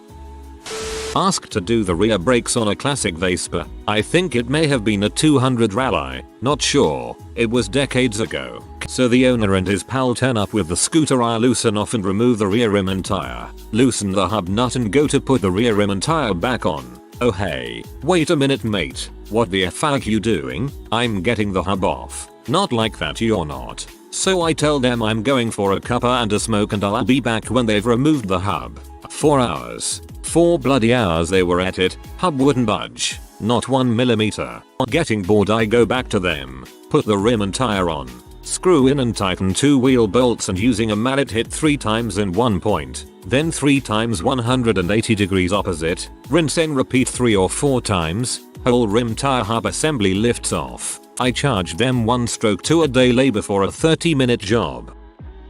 I'm majoring in archaeology. I had a guy start talking to me about dinosaurs. I correct him and say it's a fairly common misconception, but paleontology and archaeology are 2 different fields and I'm studying humans, not dinosaurs. He doubles down and insists I need to know about dinosaurs because what do you do if you're digging up ruins and find a dinosaur fossil? Call a paleontologist? He smugly tells me I'll be useless in the field if I don't know about dinosaurs and I better start registering for paleontology courses and leaves. I still don't know about dinosaurs. My friend told me that she's taking an archaeology course next semester and was hyped to learn about dinosaurs. I told her that I didn't want to burst her bubble, but that archaeology was about people stuff, not dinosaur stuff. She said I did burst her bubble and that if I didn't want it I should have been quiet. I should have let her be excited, lol.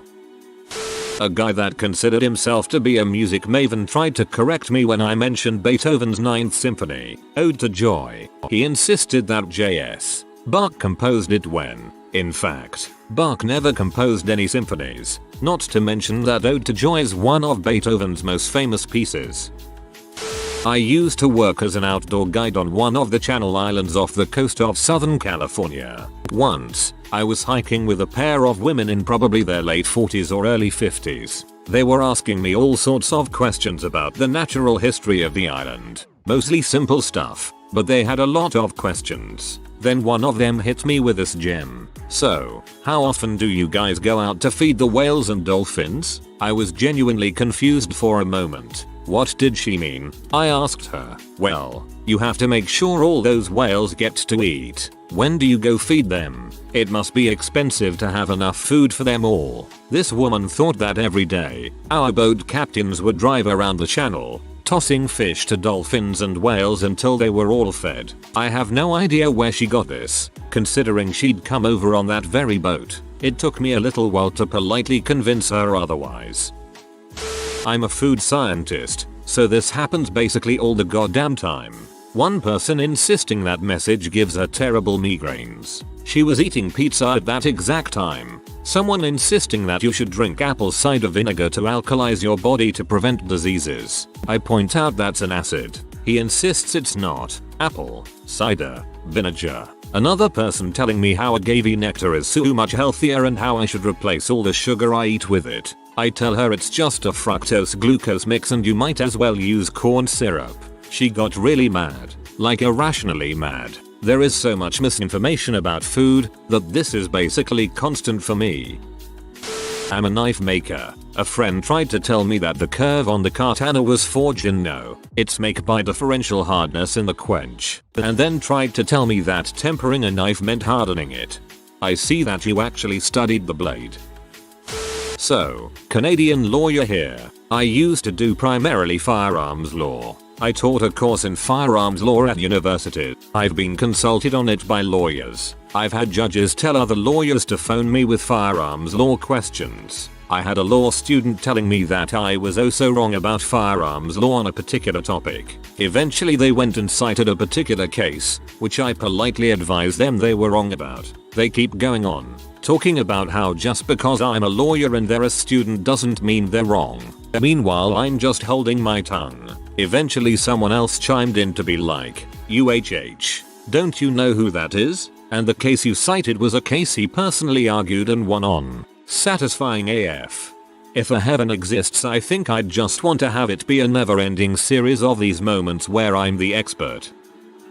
I studied geology for some time and I was telling someone about how the area we live in is mostly limestone cause it used to be sediment that was on the ocean surface, and they said that place we live is above ground now. It could have never been below sea level. Geoscience classes must not be doing too well.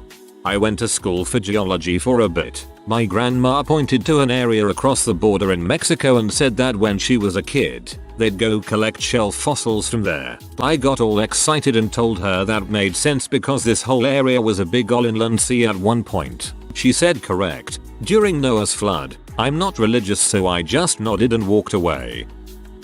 I give planetarium shows, and at the end I hang around so that people can come talk to me, ask questions. Usually it's small children that want to tell me about their favorite planet or something equally cute, but there are always old dudes that wait around so they can tell me something wrong they noticed in the show. They're never correct. Most recently, during part of my show I put up a picture of the moon and the earth. And when I show it I point out that this picture is to scale, i.e. the size and distance between them is accurate. After the show, this guy was adamant that to scale is meaningless unless you give a conversion. 1, 2, 5, 672. I tried to make a joke a couple times to defuse the situation, but he wouldn't leave. It was so hard not to tell him he was wrong.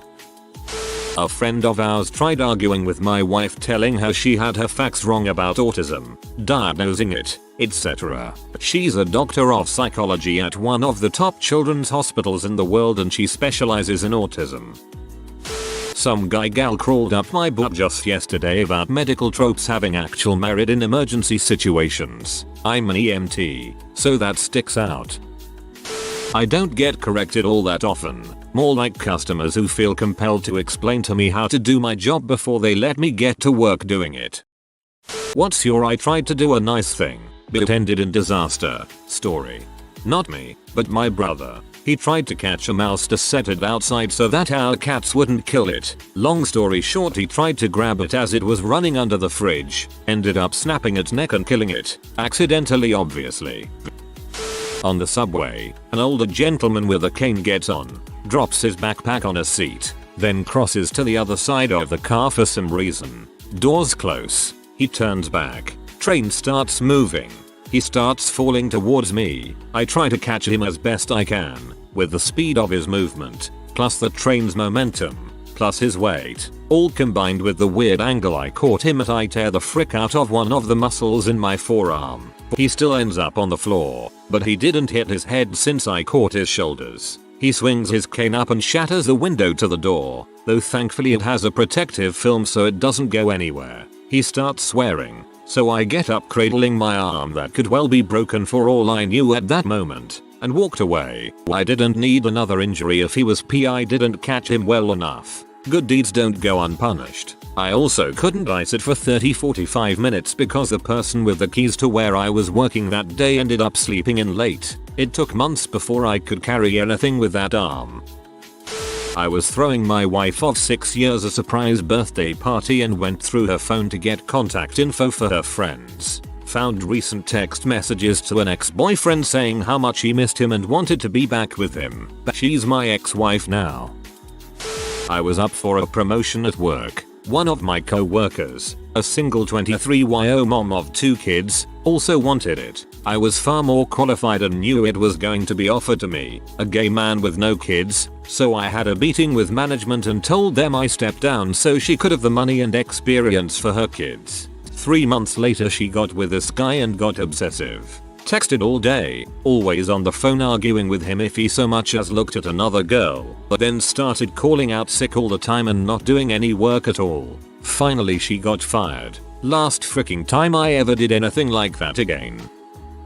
One of my best friends was having a really bad day at work on his first day on the job and started texting me about it while he was on break. I Snapchatted his girlfriend, who was a good friend at the time, and told her about it while also saying if anyone would know how to cheer him up it's you. She said she'd do it and made a surprise date plan to make his day better.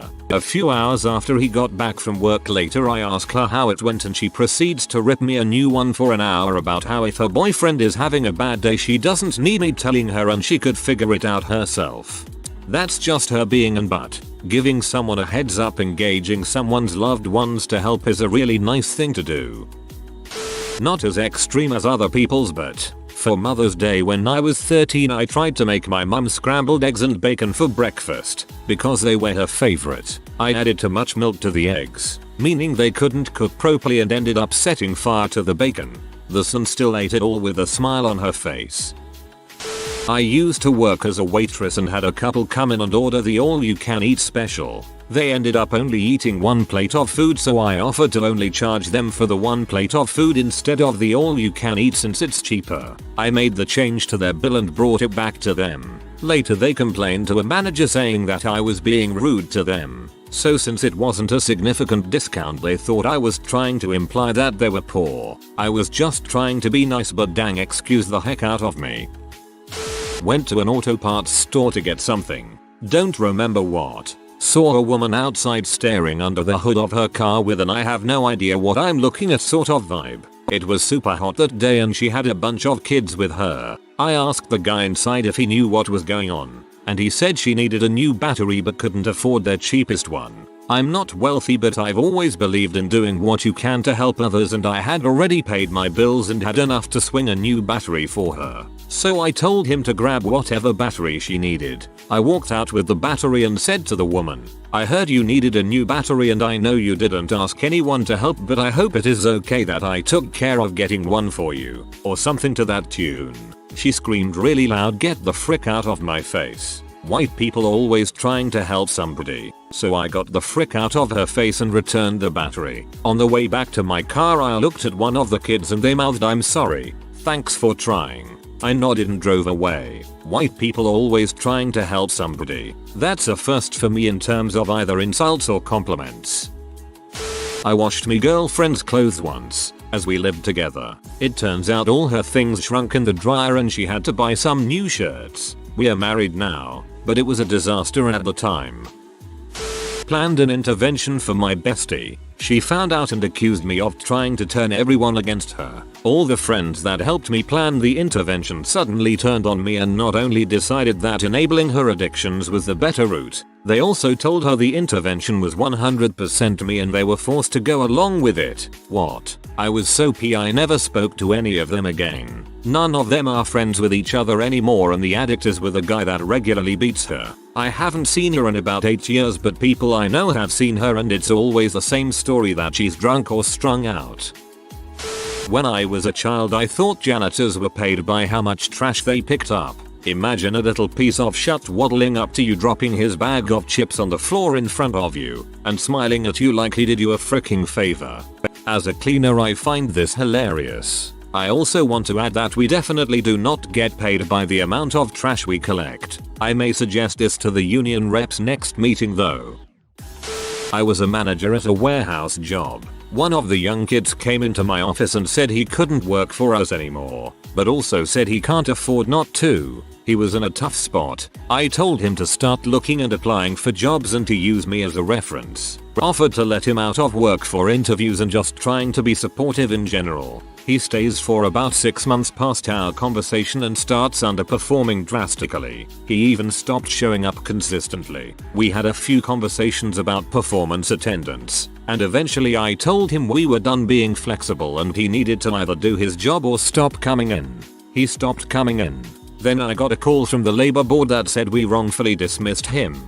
After investigation they found I had no evidence of our conversation 6 months earlier and we had to pay him severance. Unfortunately, that was the last time I tried to be so accommodating. I was a young manager who learnt a valuable lesson here in documentation. Unfortunately, that was the last time I tried to be so accommodating. No, that wasn't the problem. The problem was you didn't document his performance problems. This is why write-ups exist. One time I saw an old man and his dog alone in the bar. He looked sad and alone, so I thought I would be nice and go up to speak to him. I was slightly drunk and extra friendly. He immediately started telling me about how he and his dog were 1,000-year-old aliens, and I suddenly realized why everyone had been staying far away from him. I tried to excuse myself for a few minutes before he pulled a ukulele out of nowhere and started loudly serenading me with a love song in front of the whole bar. I ended up on more than one Snapchat story that night. A couple years ago in high school I would volunteer feeding the homeless once a week through the school. Basically, we made some cheap meals in our cafeteria, think mac and cheese, pastas, salad, and would bring the meals to a nearby park where a lot of homeless people camped out. The program was run by one of the school's administrators. One of the weeks I was helping hand out food, I saw an older woman standing off to the side who looked kinda disheveled. She didn't have a meal, so, trying to be as generous as possible, I walk over with a meal in hand. I offered her the food, but she politely declined. Not one to be turned away easily, I insisted that she should take some. At this point she kindly informed me that she was Mr. School Administrator's wife. I was absolutely mortified and started apologizing profusely. She laughed and said it was fine, but right after this I saw her talking to her husband and he did not look very happy. But the worst part was that the next day I had an interview to be on the equivalent of my school's ASB. The interview was with a current ASB member and a random administrator. Can you guess who? Yep, the guy whose wife I mistook for a homeless woman. Long story short, I did not get that position. TLDR. I mistook a school administrator's wife for a homeless woman while trying to be charitable, and subsequently screwed myself from an ASB position since my interview was with said school administrator. I invited the girl everyone hated to my birthday and she made it about herself, bullied my friends, talked about it openly to people who I couldn't invite or didn't want to, talked about me behind my back for months saying that it sucked and her family is so poor, yes, so I don't do birthday parties anymore really.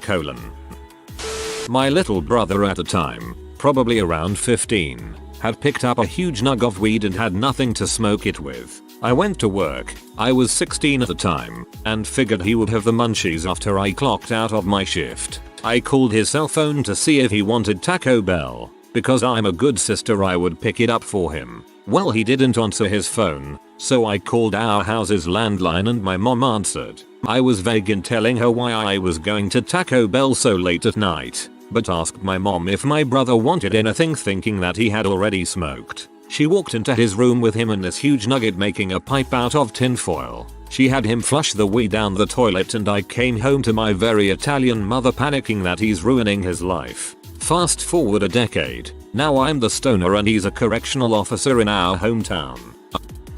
I offered to let a good friend I hadn't seen in 2 years stay at my house for a week while he was battling a tough home situation and drug addiction in another city. I thought it would be good for him to come out and stay with me for a bit, especially since he was trying to kick his addiction back home but his parents were enablers, and also that I missed him because he was my best friend. Instead, he decided to treat the week at my house as a drug retreat and spent the whole time getting high, trashing my house, and reconnecting with the wrong people. He used to live in my city but his parents kept moving all of them around, so there were people he knew here, It is also important to note I'm not much of a drug person and was consistently encouraging him to kick his addiction. We were best friends since we were maybe 7.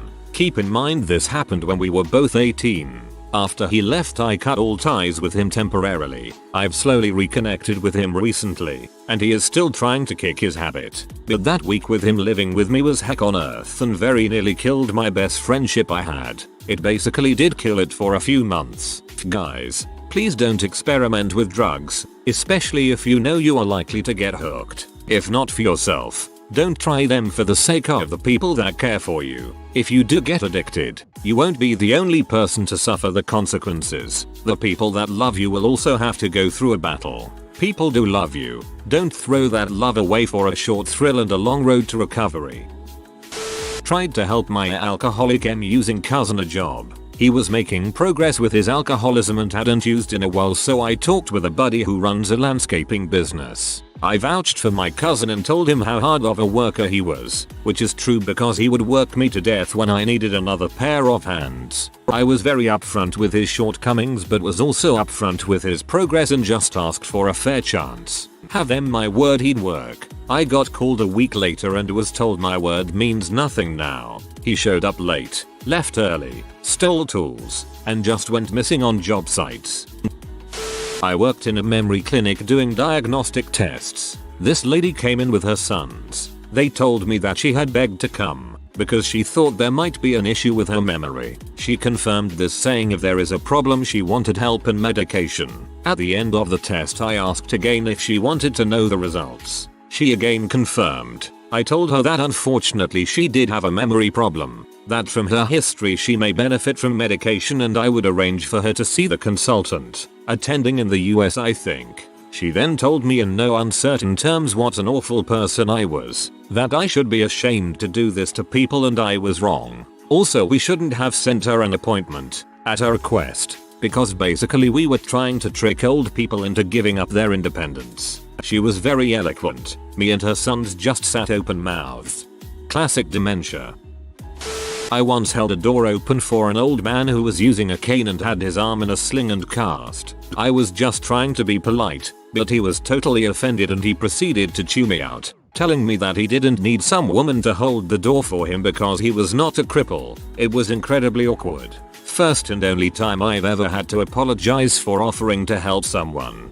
Sir, I hold doors for everyone, so it's not all about you.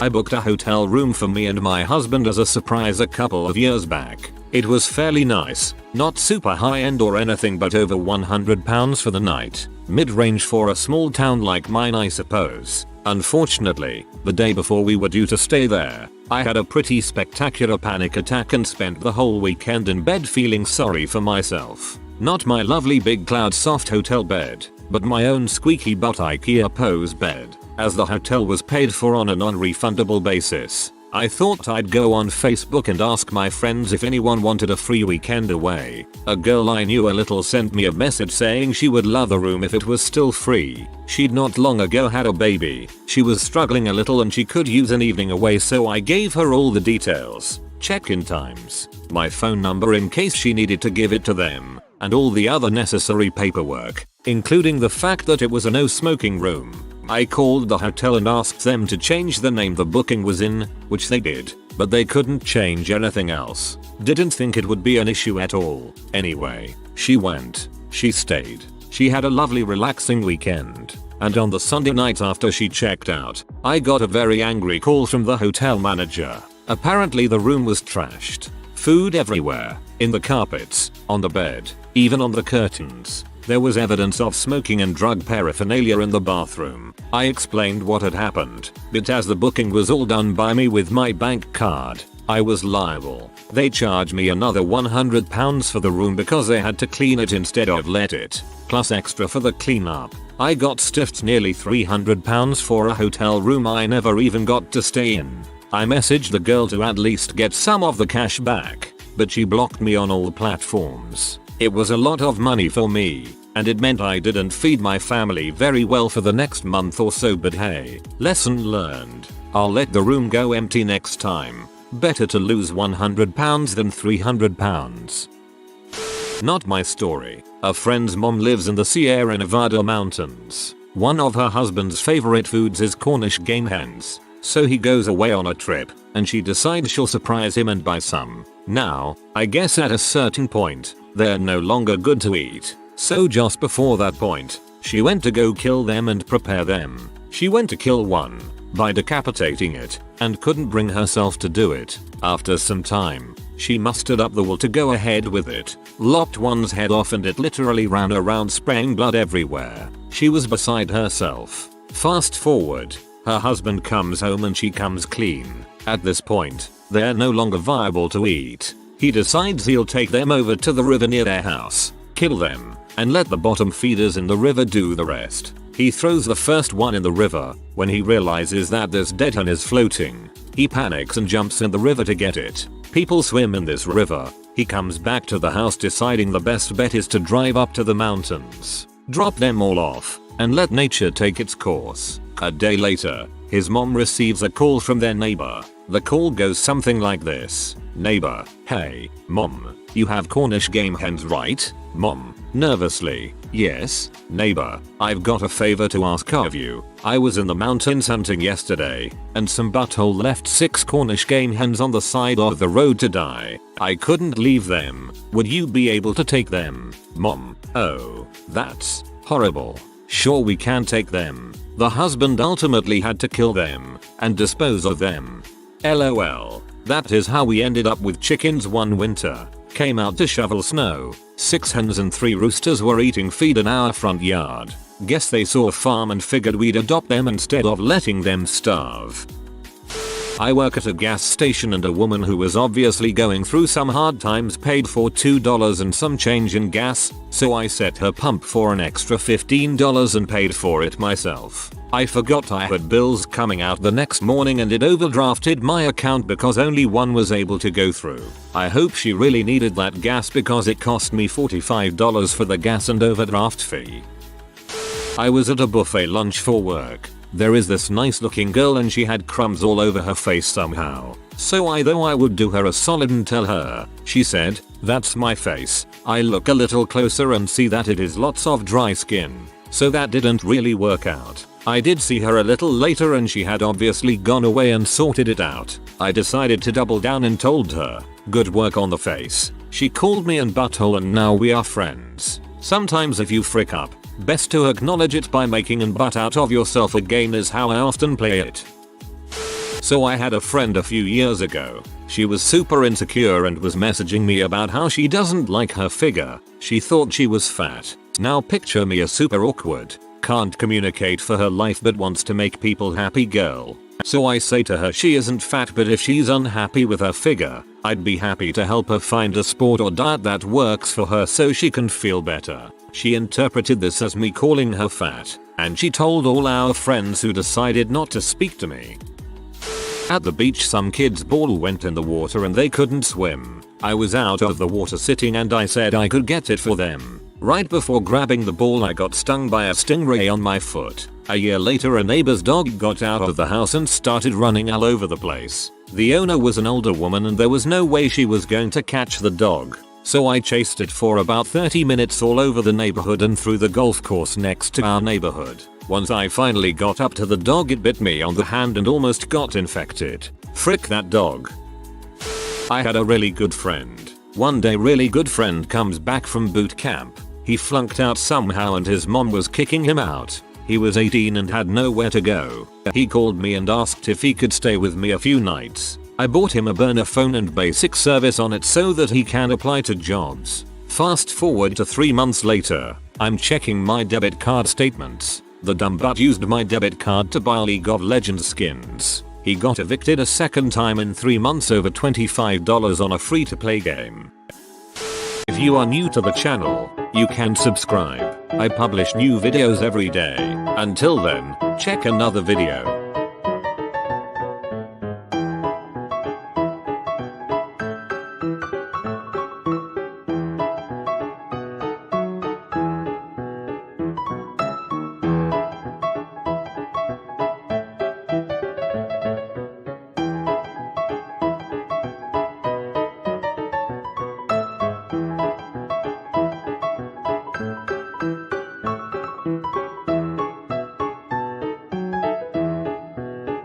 Bye for now.